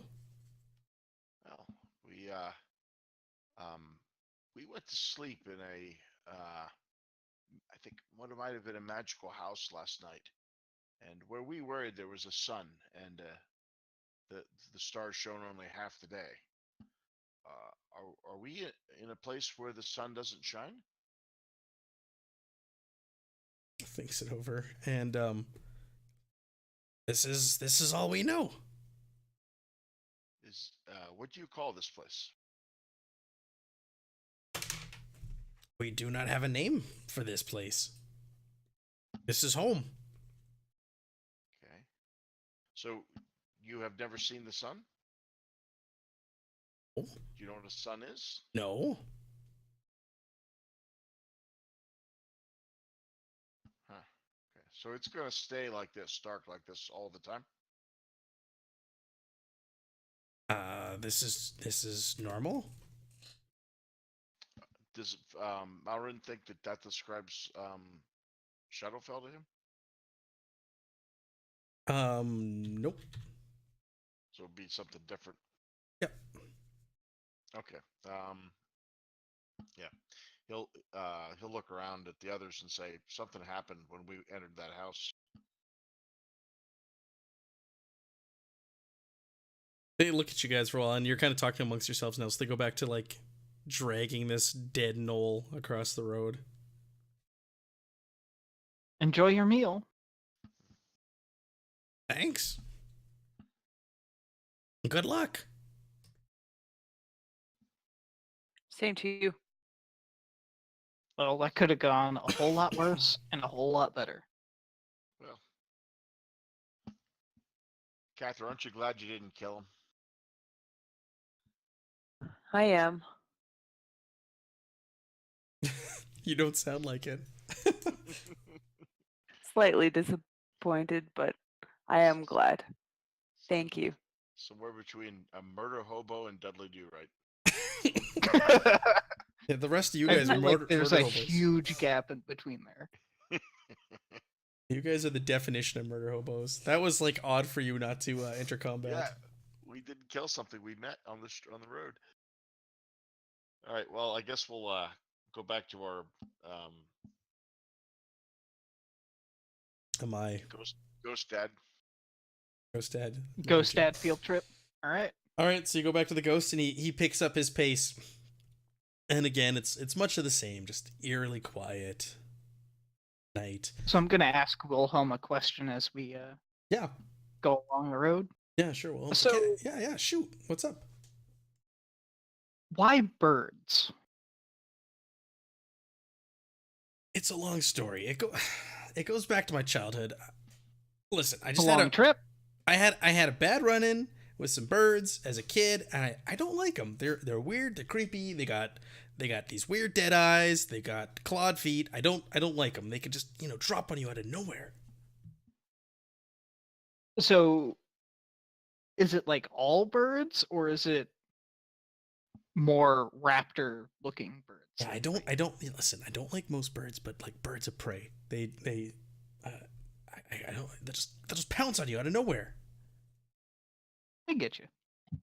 So chicken is like, okay, you can eat that. So if we find one, you're not gonna like scream or anything. Oh, right? just keep it away from me, okay? How Oh, yeah, we're not tragic gonna is one taunt you with bad one. run-in with birds. Hey, Wilhelm, did you have a son when you entered the hut? A son? Yeah, I mean, did Was it day Oh, outside? yeah. No, this is weird. This is the first time I've seen this. Of the many weeks I've been here, I've not encountered anything like this. It's been a normal day cycle. Now Baracus is actually kind of tied to the Shadowfell. Mhm. and I want to make a judgment call just for the sake of Malrin's character. Do I know if this is the Shadowfell or not?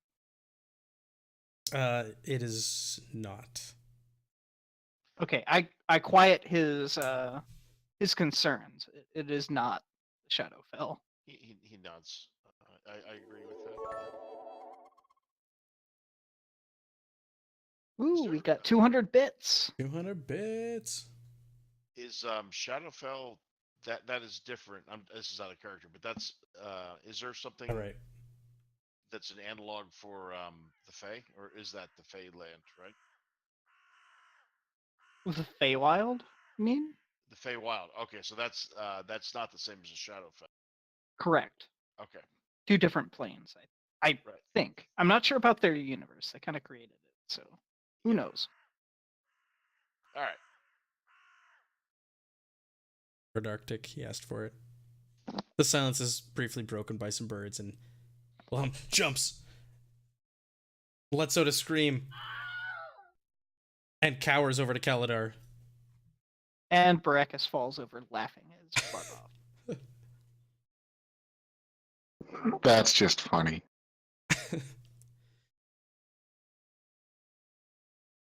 Thank you, Lord Arctic, for requesting that. That was awesome. Kaladar will pick Wilhelm up off onto his feet, say it was a bird, not an Arakocra. What's no? Don't. I don't even want to think about that. Have you seen any in your time here? No, but Not here. an no. Aarakocra is a birdman. I know. Have you seen any? Not here, no. Okay, good. God. Oh man, out of a character question, what if one of us was an Aarakocra? That would have been interesting. So you guys continue on following Ghost Dead. And, you know, a few more hours pass. And it's pretty uneventful. And you've made your way through the forests. And you go on and off of roads from time to time. And right now you're currently on a road. And, pardon me. Up ahead, you see a crossroads. The ghost stops about 50 feet away from the crossroads and stops moving. And just points. He just points to the middle of the crossroads.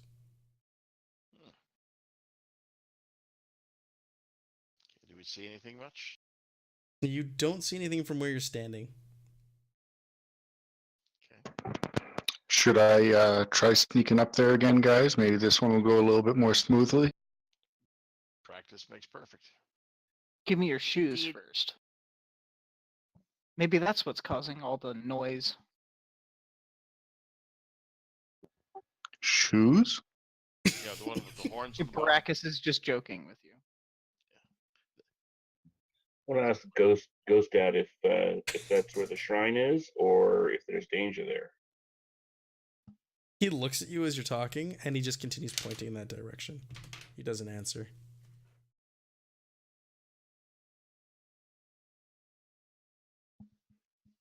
All right, Sandy, start skulking up ahead. Or what are you using, like the tree line on the side of the road? Yep. Trying to stay as little and as quiet as possible. Okay.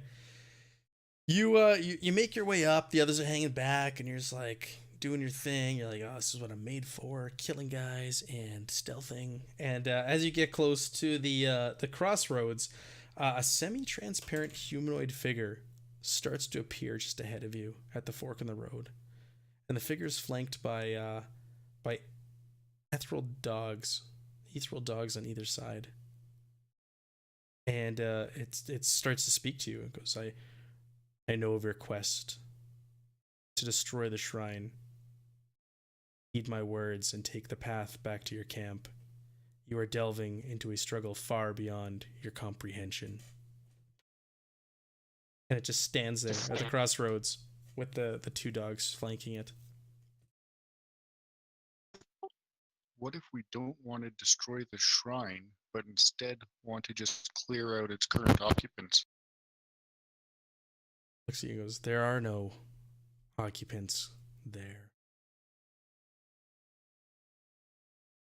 The only way to stop them from destroying the woods would be to destroy the shrine.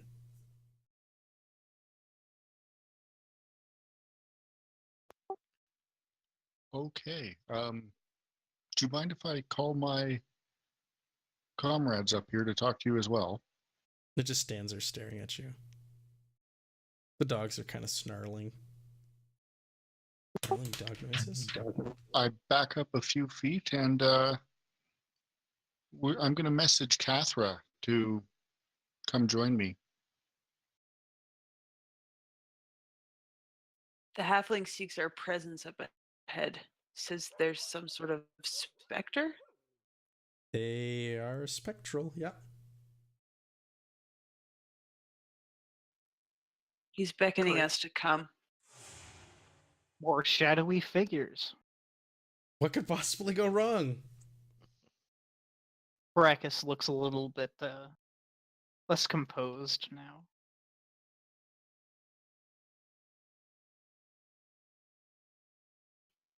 Cather takes her warhammer out of the sheath and continues in the direction of Sands. Okay. Sand. You see this spectral figure and the two ghostly dogs, black dogs, standing there.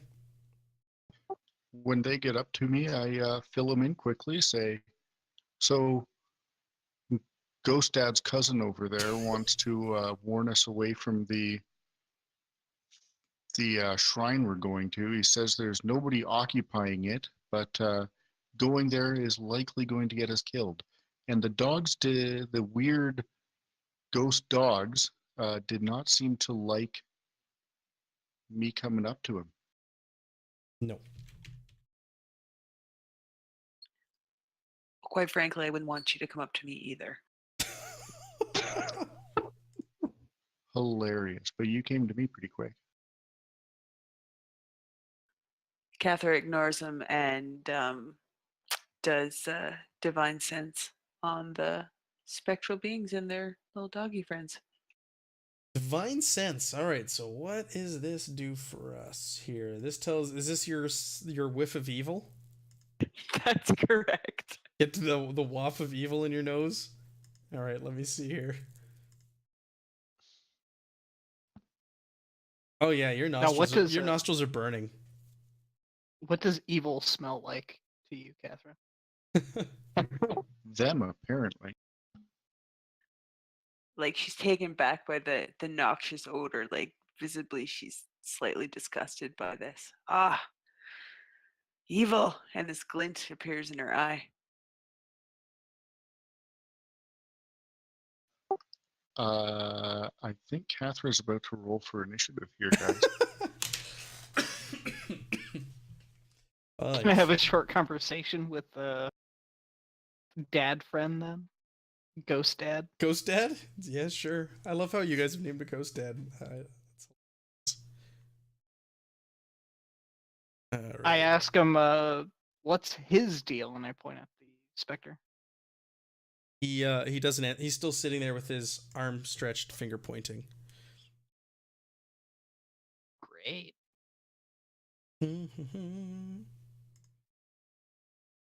Let's roll for initiative. Kicks Cathra's on a mission.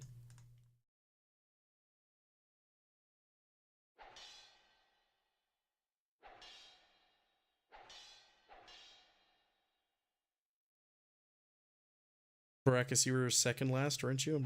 And Kaladar is in front of you? Yep. And Wilhelm was in between the two of you. Correct. And Malrin was somewhere behind me. I think it was a couple of squares behind me. Cathra and Sand were like up about there. They went to go talk to them, and Malrin was behind you. I have a little trouble loading this map here. It might take Same. a little while. It's I made it kind of big. I didn't realize how big it was when I made it, because all it is a crossroads with a bunch of trees. So let's just give it a moment There to goes. ease in. There we go. Got it. Okay.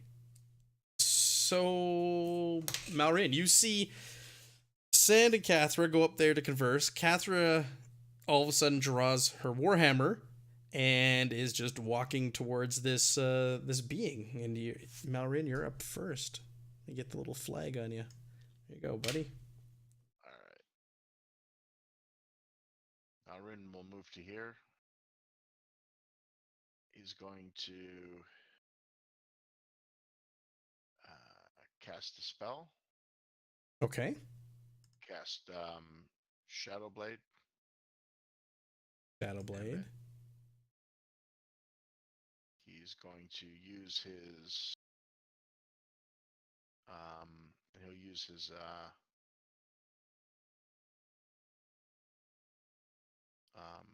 song dance ability. Okay. So on here. And then that'll be his turn.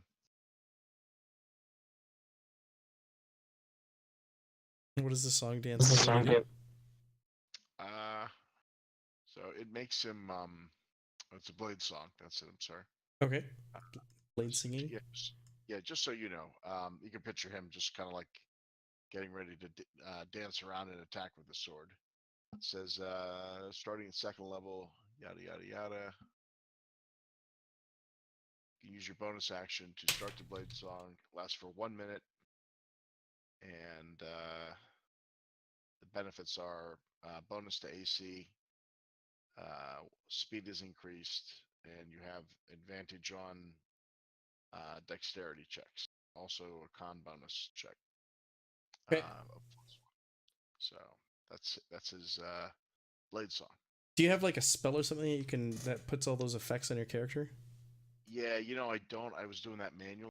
I probably have it in there. So just in between turns, take a look to see if it's in the spells, like search Blade Dance, and it might be programmed in there from that stuff that I bought. And it could save you a lot of time. So just type it into the search. Yeah. Got it. Blade Song or Blade Dance or whatever it's called. And it might be in it. Oh yeah, I might have to load it. It's in a book that I just bought. Or what's the book? I'll figure it out. Okay. 5e class feature effects coding.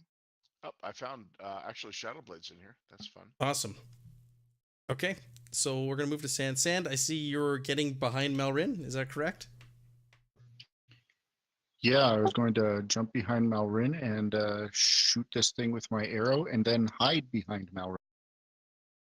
Okay, you could shoot it with your arrow and then also run if you like. Doesn't really make a difference. That's probably the order that it would happen in. Okay. So what are you shooting at? Shadow Massive 1. Okay.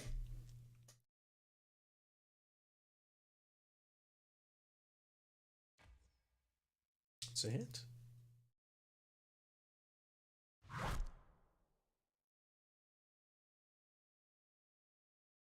How much damage do you do? Okay, yeah, that's working. Okay, perfect. So the arrow goes through the dog, but seems to hurt it. Shadow Master. Do I need to do anything to actually hide? Like, are you actively trying to get out of sight? Yes, behind Malrin. You'd normally do a stealth roll, but because you've already used an action for the round, Cunning action. No, you do have a cunning action, actually. Yeah. Go ahead and roll stealth. Okay, just for the record, that whatever you bought, that rocks. because it was all set up and it's there now. All right, Yep. I'll let you know after the game, and then you can pick it up. Also, it's like I said, it's well worth the $5. Nice. Okay, so Shadow Mastiff 1 has a Cathra in front of it, so it's going to move in that direction. I'm just seeing what my Shadow Mastiff can all do here. It's got a lot of things.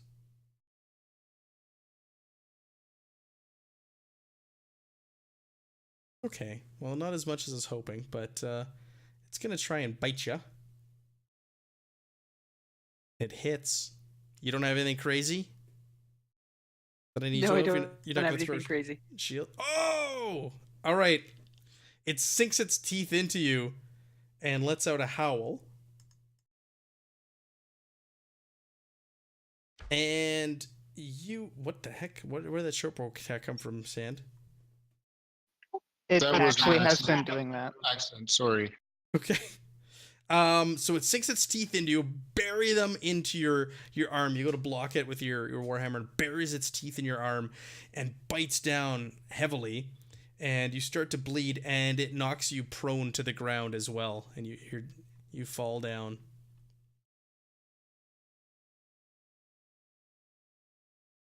Keladar. I let out this cry. Ah!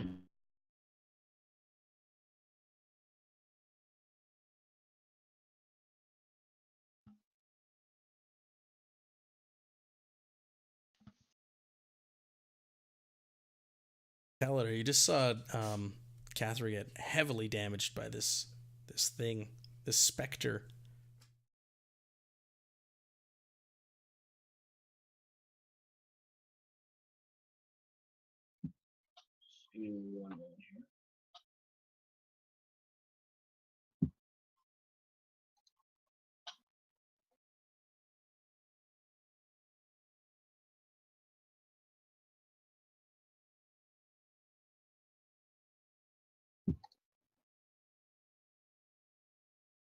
You got the Shadow Mastiff targeted. You gonna move and take a shot? Yes. Okay. All right. So you get there right behind Cathra and level your crossbow. It's a hit.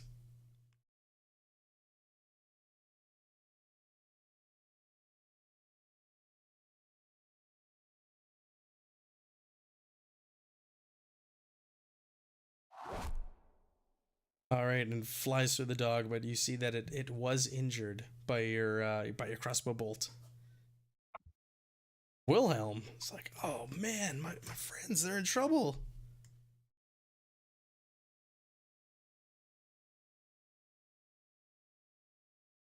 And he's going to draw his longbow, and he's going to attempt to hit, or his crossbow, sorry, this Shadow Mastiff. But the bolt goes wide. He's a little frightened at what he's seeing here.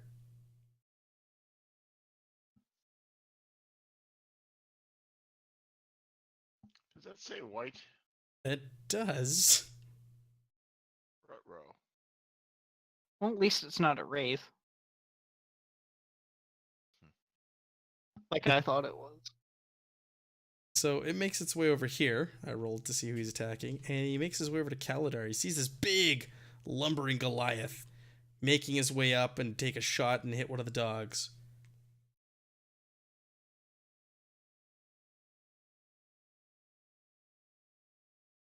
Oh, Answolf. Hey, Answolf. Thank you for joining the party. All right, so this thing floats over to you, and it's got a longsword, and it's going to attempt to hit you. So the first attack hits.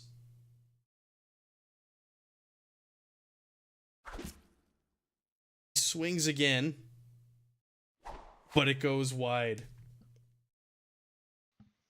So I need to do... So you failed a Constitution roll. So whenever you're attacked by this thing... Oh, sorry, this is a different attack. This is a different attack. You're lucky. You're lucky. This thing's got some nasty tricks up its sleeve. Alright, the other Shadow Mastiff.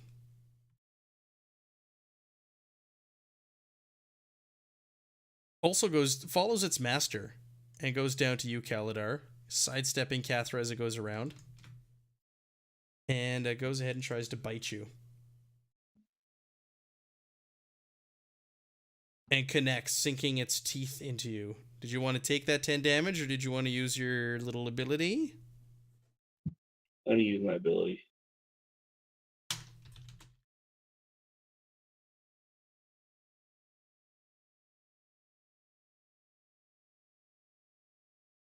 Okay, so you negate all of the damage. Wow. from that last attack. Brachus. Feel like right at home here with these strange creatures and things.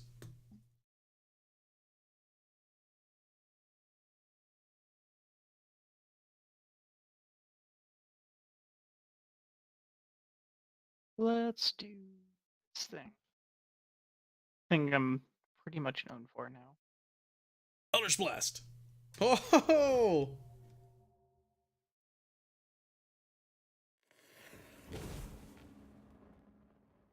So you take aim at the spectral being in front of you and you let loose an Eldritch Blast and it slams into it. And it turns. then- You get its attention. It turns and looks at you.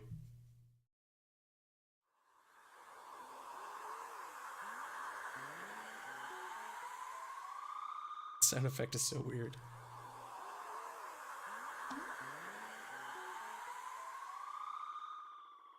Okay. Did you want to move at all, Paracas? No, I'm good. Kathra, you're in the thick of it. Oh, yeah. Great. Fearless Guster just subscribed. Thank you, Fearless Guster. Timing. I have to get up, right? Yeah, you're knocked prone. Okay, so I'm gonna get up and I'm going to like grab my warhammer and teach this dog a new trick. I like it. Show us how it's done.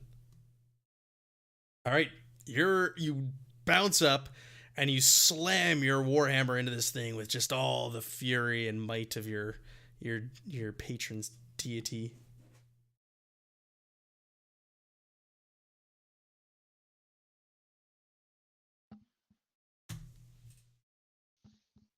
And it lets out a eep as you hit it. Is there anything else you'd like to do, Sweet. Kathra? No, I'm gonna stay right where I am. Okay. Malrin, you are in the thick of it as well. Okay, Malrin will move to here.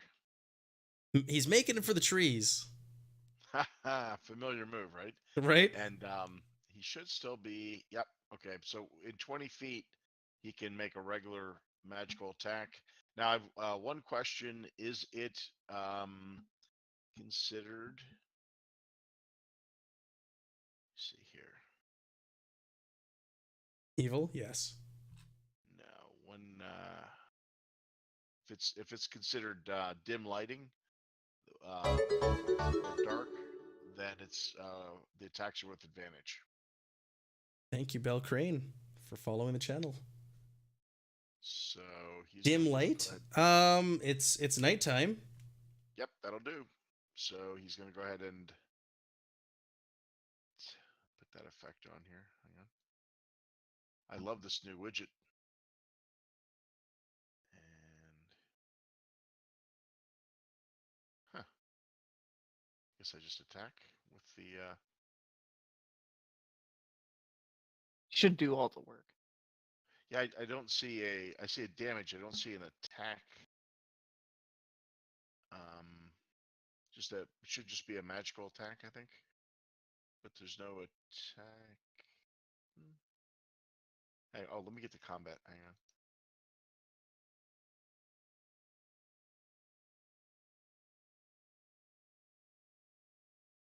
We're gonna do. Let's do one more round, and then we'll call it for this session because we're getting at our end time here, and I know it's quite late for some our folks out east, and everybody has to work tomorrow morning as well. So, Yep.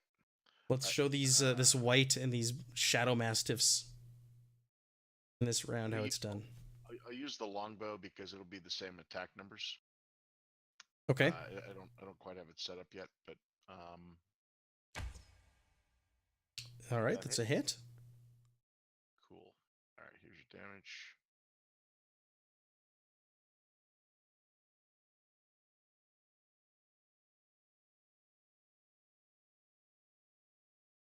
And the blade comes back to his hand, and he's done. Cool. You guys aren't doing so bad. Not too bad at all. Sand. this white thing count as a creature? Yes. Yeah. I'm going to use Tasha's hideous laughter to see if I can take it out of combat for a bit. Okay. So San, any being is considered a creature. I don't know. It's spectral and whatnot. I figured I should ask. Um, All right. This could be interesting. I would love to see a white drop to the ground in laughter. how do I do that, Matt? How do I cast it? So you have it selected, right? Okay. I'm in your character sheet right now. So under Tasha's hideous laughter, you should see a little button with cast, attack, save, effect on there. Do you see that? Yep. So just go ahead. Cast. Go ahead and make the wisdom. Click like the save button, because you don't have to cast a hit on it. It just needs to automatically make a saving throw.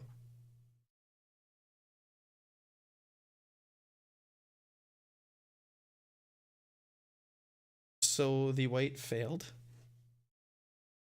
his saving throw. Hit the cast button just so we can hear the sound effect while I figure out what he's gonna do. So the white starts just bellowing in laughter.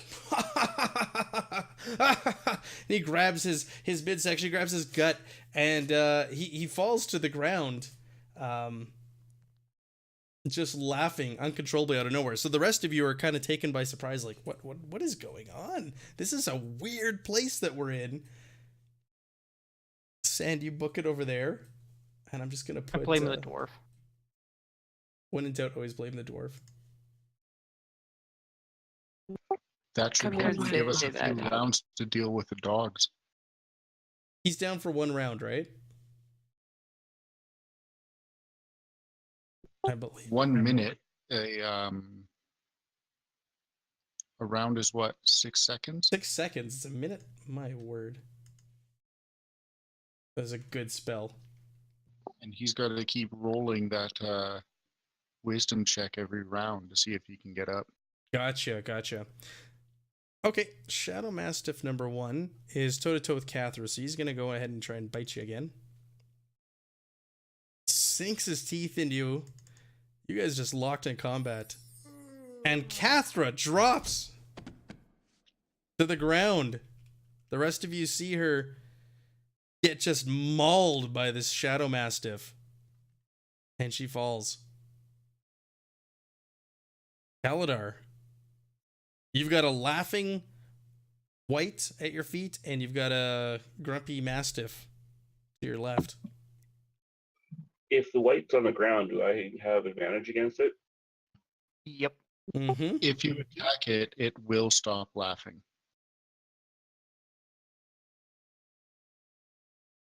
Yeah, because getting attacked is not funny. No, not at all. So he's essentially incapacitated right now. You can deal with the dogs in the meantime. We'll go after Devil Dog 2 here. Devil with my Dog axe 2. and my longsword. Okay. Hit. The battle axe misses. All right, so you connect with the longsword. Go ahead and roll me the damage for that one. Not good when your healer drops. This is a real cliffhanger now. All right, and you sink your longsword into the dog. Wilhelm's like, what is happening? This guy's laughing. There's spectral dogs. Our friend just fell. And he's gonna go up here, and he's gonna target this dog and try to help you, Kaladar, with it.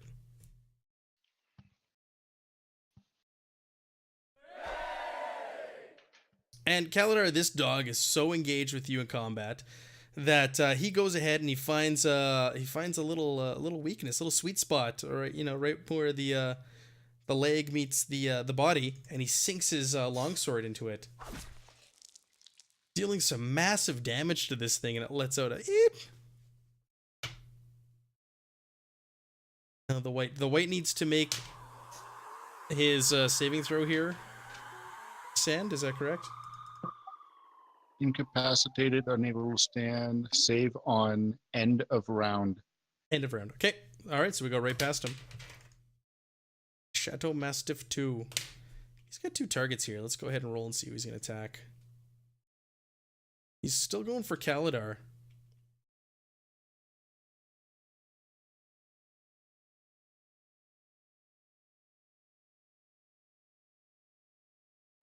But he misses you. He's so thrown off by that attack by Wilhelm that just doesn't even get close to you. Arrakis.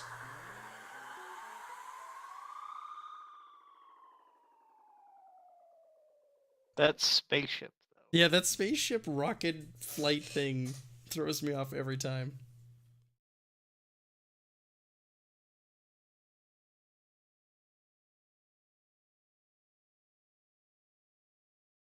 You gonna touch the white?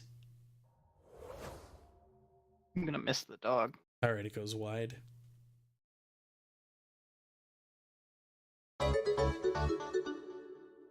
Louis Burst, thank you for following. Thank you very much. Alright, Kathra.